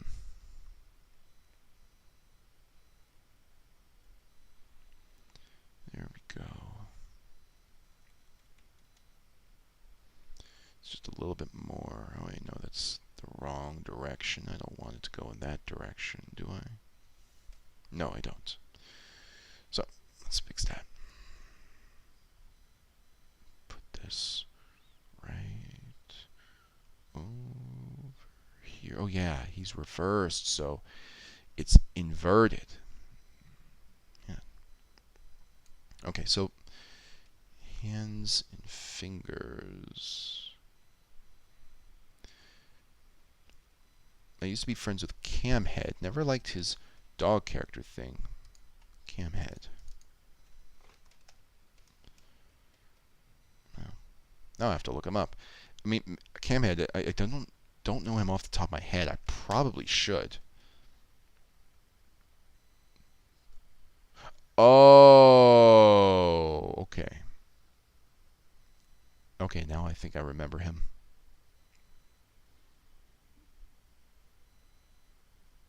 It's weird. I thought I've seen some of his videos, but I don't think I've seen very many of them. My gosh, I feel like there's so many YouTube poop creators that I'm a little bit in the dark about that I still have yet to know. Which is weird because, you know, I almost always search YouTube poop in the YouTube search bar. Alright, is there an archive for lost and deleted YouTube poops? There used to be one called The King Goes to Katy Mountain with the help of Guanum. I don't know about an archive. I mean, the thing is that the only archive that I can think of is the Internet Archive, which has turned up some old YouTube poops before, but I wish there was something. I think there used to be a website called PoopTube, but it was short-lived, and I don't think any YouTube poops were archived from there, or if that was used as an archive. Been looking for an old YouTube poop for years. I can't find it. It had too vulgar of a name for me to say. Hey, it's all good here. Wait a minute. Why does it say media offline? Oh, there we go. It was just taking its jolly old time to save. Alright, so his fingers are not 100% on the keyboard. You know, it's weird. It looks better. It would definitely look better if Guanum was typing on the computer with his with the computer almost turned 90 degrees so that the back of the computer was visible to the audience. that could work. How would I, let's say, yeah, because his body, the way his body is positioned, makes it look weird for him typing on the computer. I guess we'll have to explore that tomorrow. I mean, we got 30 seconds left in this, or 30 minutes left in the stream, excuse me, not 30 seconds. Yep, I love dogs too, by the way, Ethan. They're not my favorite animal. I'm a cat person, but I will love dogs to the day I die. I had a golden retriever growing up. And boy, could that guy fetch. All right, let's see what we got so far. Now, let's look at it from a distance. I know that there are still some things that we need to do. So, for starters, we need to add like ChatGPT.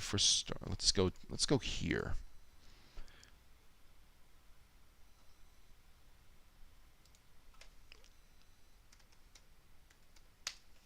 Let's pull this off here.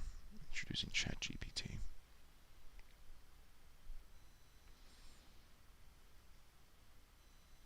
Okay, try. I'm just going to pull this off to the side for a second.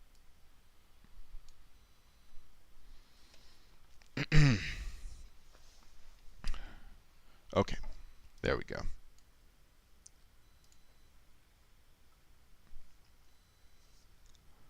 Perfect. So once again, I'm going to use the old print screen. What I want to capture here is the, let's see.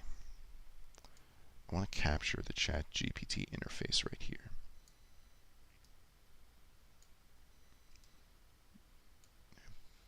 I have the very early portion of this YouTube poop finished. Save as. Ooh, fun fact, I made a YouTube poop on Clorox Corner's king-sized Homer YouTube poop collab, and Camhead was the editor, and he got freaked out at my collab entry because I went back to a joke from Mr. Pizza, and his joke was a character being a pedo. I'm a little bit in the dark on anything controversial related to Camhead, so forgive me if I'm a little bit in the dark for all of this, but for the most part, if like he's an example of one of the YouTube poopers that you wanted to include on this album that you were trying to make, Uncle LJ, then I mean I'm curious to see how you intend to portray him for me. All right, let's see. So I want that screenshot. To go right down here. Wait, there are two versions of these. Let's get rid of this. I don't think I need that. Go to screenshot 2.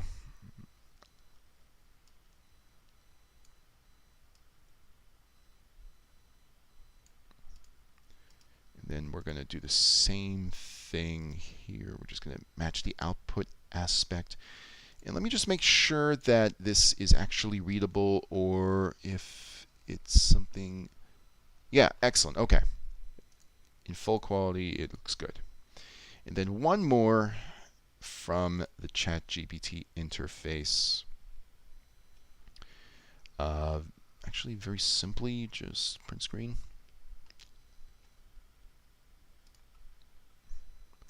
You know, it's funny. ChatGPT is, it's being used by people to write their master's theses. I find it just simply incredible. And I wonder how far it's going to go.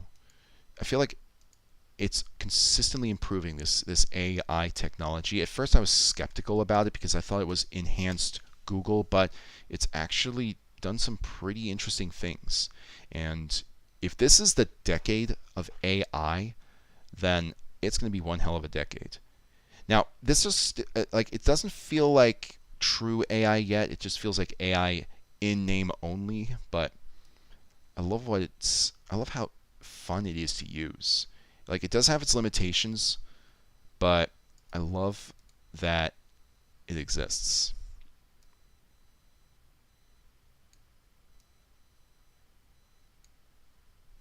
There we go. Send a message.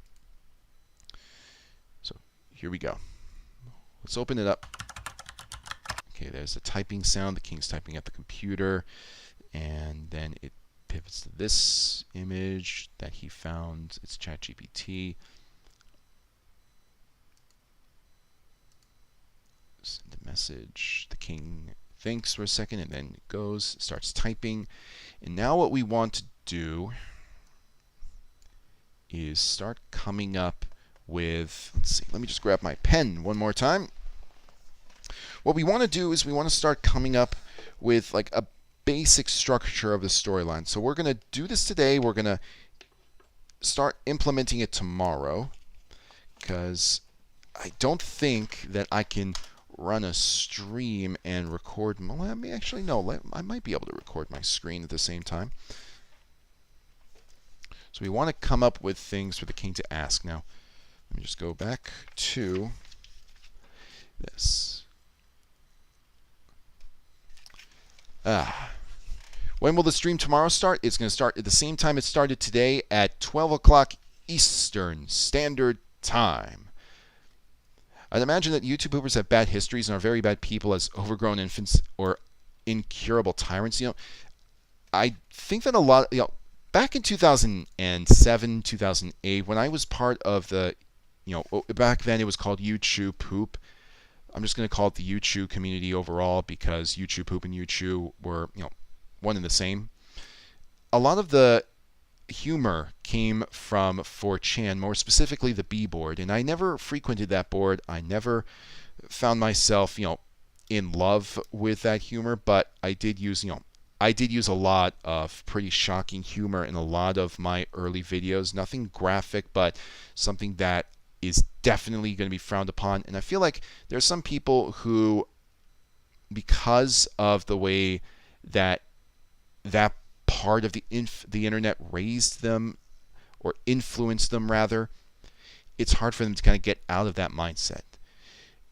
Now, thankfully, I am not someone who is taking what I learned from 2008 and using it today. I think that you still have, it's nature versus nurture. And it's also what you choose to act with. Also, some people, they have a hard time controlling their, they have some hard time controlling their behaviors. And it's unfortunate. ChatGPT can pass the bar exam. It can write decent coding lines. And it's really, really good at molecular biology as well, I noticed. How do you feel about all these AI president videos? They kill me, but I'm worried it's going to put hardworking sentence mixers like you out to the pasture. I think I know you're talking about the conversations that are being had between Biden, Trump, and Obama, where they're just doing menial things. It's absolutely fascinating. It really is, because it sounds really unique. I actually saw an AI-generated movie that was aliens visiting the Earth. It was like all of these newsreels, and Putin was reacting, and it was really, really interesting. I don't think it's going to be putting me out of business, so to say, because the thing about YouTube Poop is that you're creating something from a pool, so to say.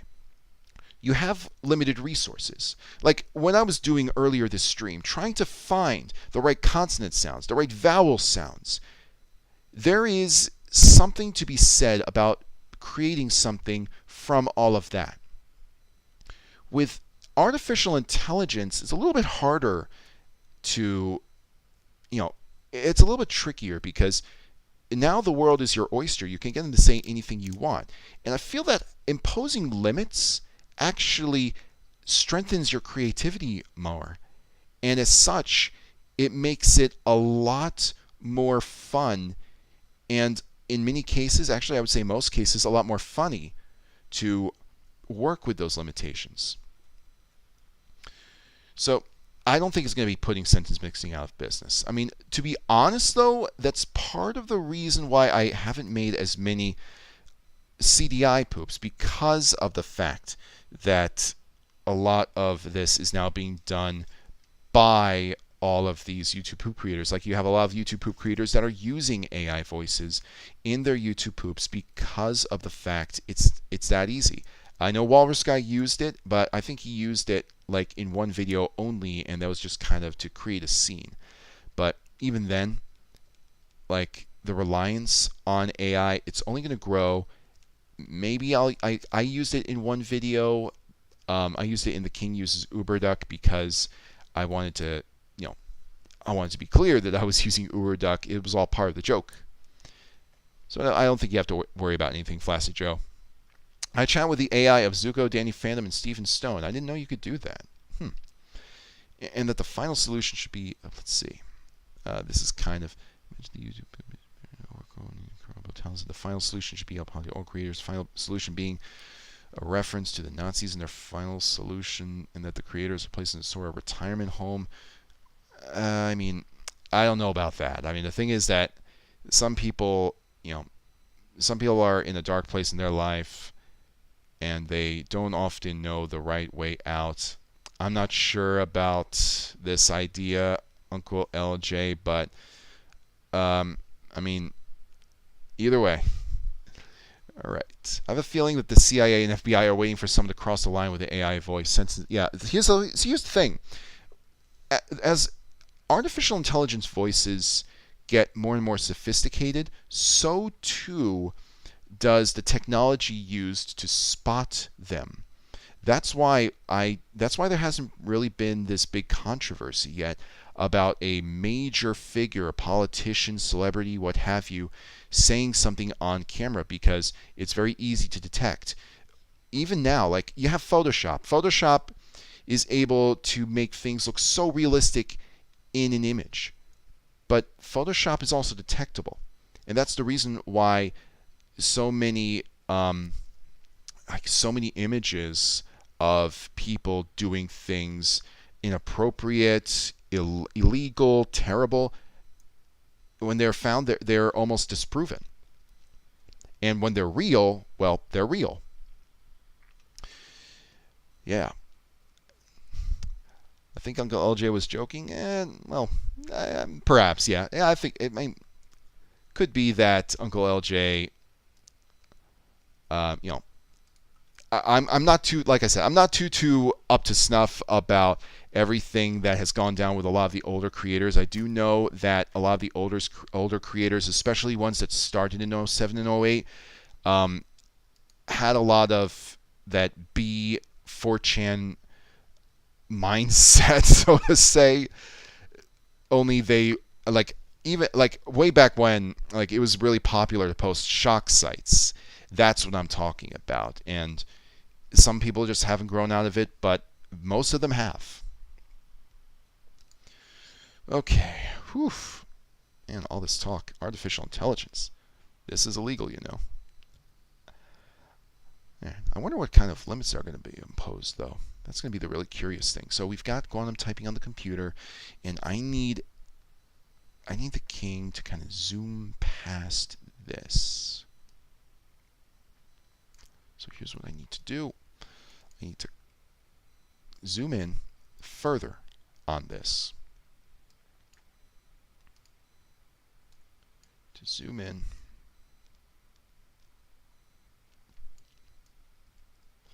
Right about here. Right about here. Then I'm going to copy, move this layer up, paste it down here. And then I'm going to change the way that I had this mask going. I'm going to, because right now this mask was a negative. I need to change this mask to a positive. And it doesn't look like I've done anything at all. But you'll see what's happening soon enough. Actually, let me just make one quick adjustment here. Looks like this little doorway has to be corrected just a smidge. It's going to be important for this effect. There we go. And let's do that same thing down here.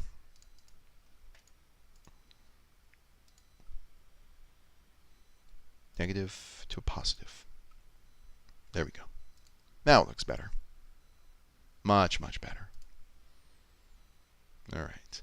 Oh, yeah. Meat Spin, Lemon Party. Yeah. In fact, back on YouTube, like, there was this creator who made the original top 10 monthly moments. His name was Pimps Ahoy, and he was banned several times for posting a shock site.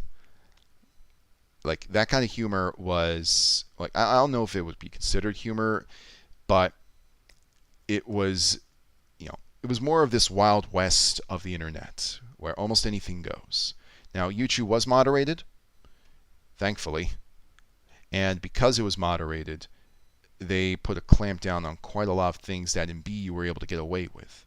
But you know, you still have a lot of people who are frequenting both parts of the internet. Sadly, the days of being purposefully inflammatory on the internet for laughs are almost dead. I mean, I think that they're still out there, but at the same time, they're just more in these niche kind of communities. And because they're in these niche communities, when you see them, a lot of times you have no idea whether or not they actually mean what they say. I know for a fact that so there was a story, this news story back in 2008 where and there was a meme, or back then as it was called, a macro. A macro, by the way, is an image that has text over it. Nowadays we call it a meme, but back then it was called a macro. Meme was a little bit more broad. So when I say macro, that's what I mean. There was a macro of a black man with an afro, arms crossed, and the text said "pools closed." It was a meme referencing raids that were done on an old site, Habba Hotel, and someone jokingly printed it out and put it up at their community pool, and it caused a huge stir because someone interpreted it as racist. So that's what I mean. Like, it's very easy to not know whether or not, like, someone actually means what they say when they're acting in a way that is extremely offensive, especially on the internet, where you can get a lot of lulls or laughs for all of that. In fact, trying to stir the pot is one of the, it's a tale as old as time, so to say. Okay, so I need the king dashing. Okay. Yep, I miss Pimps Ahoy as well. It's such a shame that he stopped his top 10 monthly moments. All right. If Cleverbot and ChatGPT had to fight on Celebrity Deathmatch, oh god. I wonder if it's possible to have I actually think that I've seen like the different AIs like battle each other without them even knowing it. Okay, where is the opening to one? Here it is. But I need the French thing. Here we go. I want to get the king in this position. Excellent. Excellent.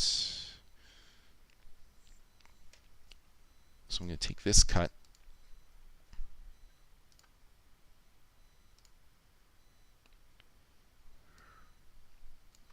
And I'm going to kind of sandwich it. Now, the reason why I'm doing this is because the king, in this part of the poop, the king is going to be dashing, like running away, scared. And this is an archway right here. So when the king starts from this side of the screen, the archway should, yes. Although it's not perfect, it's good to know that I have something that needs to be worked on. Let me work on that right now. It looks like it's just a little piece of this archway. Oh yeah, that Oprah Winfrey clip. Absolutely. Have I seen the Mario movie? I have not seen the movie yet. To be honest, I'm probably going to wait for it to come out on streaming before I see it. Largely because I'm very skeptical of Illumination. So, Illumination, the studio that's working on it, I mean, they're okay, but I feel like they're not the best choice for the Mario movie, and I think a lot of people think that. I've heard they've done a pretty good job that's close to the spirit of Mario, but the thing that has me a little skeptical of of all of it is that with Illumination, you're not shooting for a par of quality. It feels like they made the bare minimum. That's how I've always felt when watching their movies. I really hope that that's not the case with Mario, but that's the taste that I always have in my mouth, that they accomplished the bare minimum of an animated movie with each of their releases. And it's a shame because, Despicable Me is a pretty good movie. And I think that is, let's see. If it's not their best, it's close to their best. I'll need to add some more anchors to this. I used Pimps Ahoy to find creators. Now I only have you and Darlings. I'm guessing you mean the things there. But yeah, I mean, Pimps Ahoy, his top 10 monthly moments, they were amazing. For me at least. I mean, they were very controversial back then in the YouTube community because at the time, like when he first started out, like on top of all of the shock site stuff that he was doing, breaking the rules, being favored by the owner, despite all of that, the thing is that he was not, I guess, in tune with a lot of the community and what they liked. He was more into the, what we call at the time, like Spadinner. So Spadinner poops often made the list. That was until like January 2008 when he started, putting different videos onto his top 10 monthly moments. And I think that over time he just got tired of it. Maybe he forgot why he started doing it in the first place. And in addition to that, some of his videos were getting taken down because Colgate, the creators of Dr. Rabbit, they were going after anyone who had put up a video. Walrus Guy, myself, put up any video related to Dr. Rabbit. The Mario movie is worth watching at least. Okay. I mean, I'll say this, like the movie that I did see that I really loved, like if there's one movie that I would recommend you see in theaters, like get up, buy a ticket right now, you've got to see it, it's Dungeons and Dragons. And I say that as someone who is not, religiously playing Dungeons and Dragons. It is an amazing movie. Even if you don't know how it works, even if you feel like it's not for you, you will love it. It is hilarious. It's probably one of the funniest movies that I've seen in years. Mario movie doesn't develop its plot enough, but it's still fun. Doesn't really surprise me. I mean, it's a Mario movie, and I think that with Mario you have a lot of, you're probably going to have a lot of differences of opinion on how a plot like that should advance. But I'm glad it's fun. Maybe I will check it out. What are your thoughts on AMV Hells? Which one's your favorite? I don't watch a lot of them. I used to watch a whole bunch, but I don't watch as many as I used to. But, some of them are really well made. Others are, a little monotonous. I like Despicable Me's 1 and 2. The one I remember most is Despicable Me 1. The only thing I remember about 2 is that it had this lucha wrestler, and Gru was working in a mall, and let's see.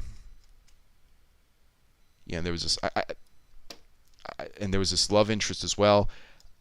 That's really all I remember, unfortunately. Oh, I think I know why the king keeps getting cut off here. It's because of yeah, that's why. So that means this is a job for track motion. So let's put the king right square here. And we're going to add a new layer. Actually, do I need to add a new layer? Is the king the only thing on the track? No, it's not. So I do have to add a new layer for safety. All right, so the king's going to be dashing from A to B. Let me just make sure that that is going to work properly in case I missed something. So I move it over here. How does it look? Brilliant. Yes, that's exactly what I want. What is my favorite Illumination movie? If it's not Despicable Me 1, like aside from Despicable Me 1, let me think. Boy, I'm gonna say, you know, a lot of Illumination movies, they're transparent in what they're trying to achieve. It's about, trying to make something funny. I don't find the Minions annoying. I think that, when I think about annoying Minions, what comes to mind is those old McDonald's commercials where those McDonald's Happy Meal boxes were behaving like Minions, and, the raving rabbits. Those I find annoying. The Minions I actually do find a little bit endearing, and I do think that they don't overplay their hand on them, even in the Minions movies. So with that being said, I'm going to say Minions Rise of Gru. So that's probably my favorite Illumination movie outside of Despicable Me 1. Let's see. Hey, he stepped out. What did I miss? So we're just kind of wrapping things up. We got 5 minutes left in the stream. I just need to make the king dash from this part of the arch to the other part of the arch. Pretty simple, straightforward stuff. And unless there's a quick edit that I can throw in there, then I will probably make that my last edit. Let me just get the king to go all the way over there. And where is this positioned? Right here. Then what I want is a quick dash.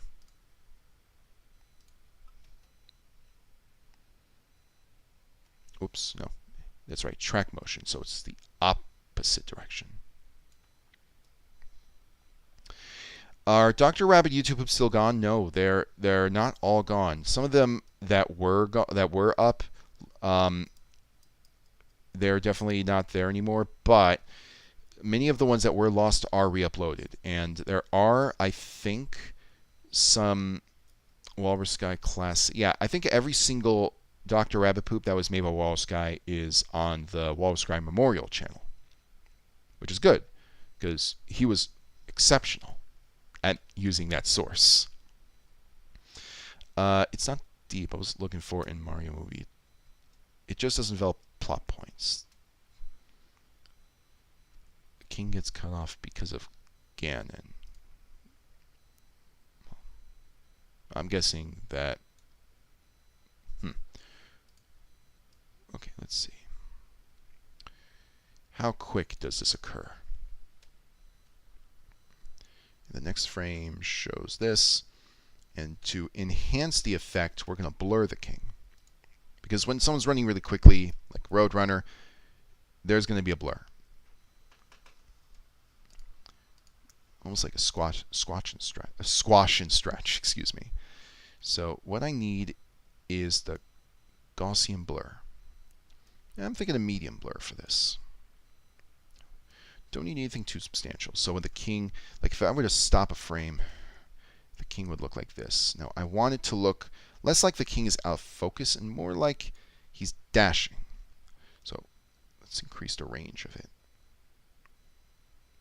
Yeah, that's better. All right. Let's make it so that the horizontal range is taking precedence here. There you go. If you ever wanted to know how to make a character look like it's zooming across, that's how you do it. So, and there's an appropriate sound effect here. Just that dash sound effect that you hear in cartoons, that's going to be added.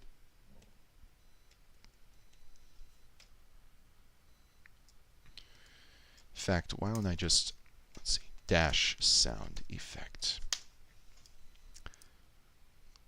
I think this is the one. Let me just listen to it.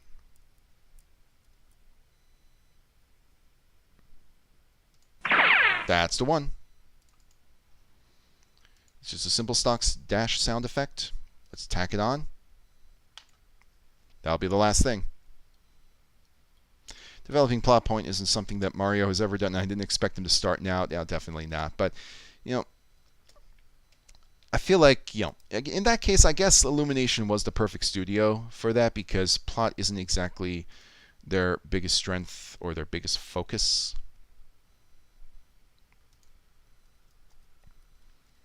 So if it's not plot heavy, it's just focuses on the hits. That's good. And ultimately, I want it to be funny. If I'm going into an Illumination movie, I want to laugh. I really want to laugh. Oh, I see. I put it in the YTP section. Oh, I got to paste it out of there.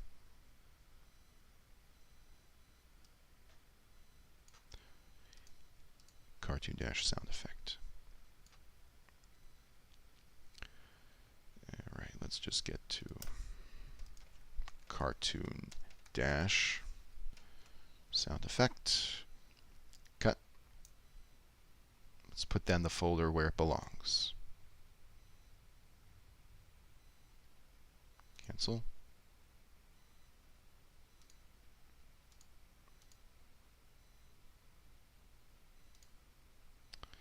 And backup plus. Go into chat. Paste. Now it's going to allow me to import it. Excelente. Wow. I like 4-hour streams. They're nice. My throat is in dire need of a lozenge. I'm out of water, and I need to kind of recover that voice. Let's see if I can just get that spot on. This will be the last thing. Last thing. Whew. Streaming is tricky. You gotta get your voice down, Pop. Yes, look at that. Look at that. I love that. You have a little bit of a residual here, but that's okay. I could just do this. Yeah, that is beautiful. Oh my gosh, I can watch that for hours.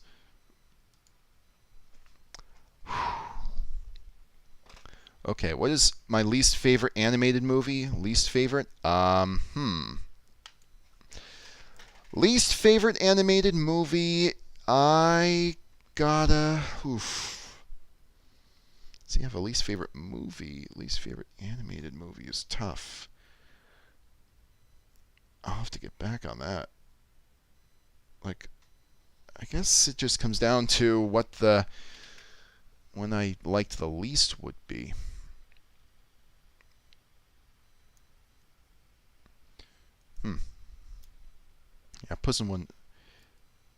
Yeah, Puss in Boots 1 was just decent. I mean, Puss in Boots 1, I don't remember very much about it, but I did not like the egg character from the start. Humpty Dumpty, yeah. No, leave it light is faster than sound. What I was erasing was just that little tiny bit. Okay. Whew. Yeah, Last Wish was really, really good. Monumentally better than the original Puss in Boots. Whew. I think that just about covers it for today. We've got 4 hours down of nothing but YouTube poop talk, YouTube poop creation. We've got a great foundation. We're going to try and complete everything tomorrow. So what we're going to do here, like this was like some of the hardest stuff that I got out of the way. So as far as seconds are concerned, seconds into this video, not very much. A lot of it's going to be taken up by what we do tomorrow in ChatGPT to make this plot in this YouTube poop unfold. So 12 Eastern Standard Time up until 4 Eastern Standard Time, we're going to try and knock it out of the park. We're going to try and complete this. Shrek 3 is the worst DreamWorks movie, though.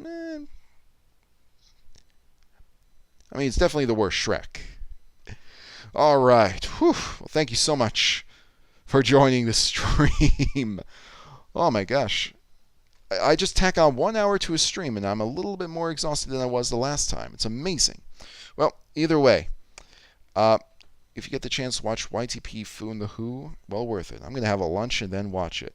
How long do you project the video to be tomorrow? It's same thing, from 12 Eastern Standard to 4 Eastern Standard. That's what we're looking at. Hopefully I'll have my camera working as well.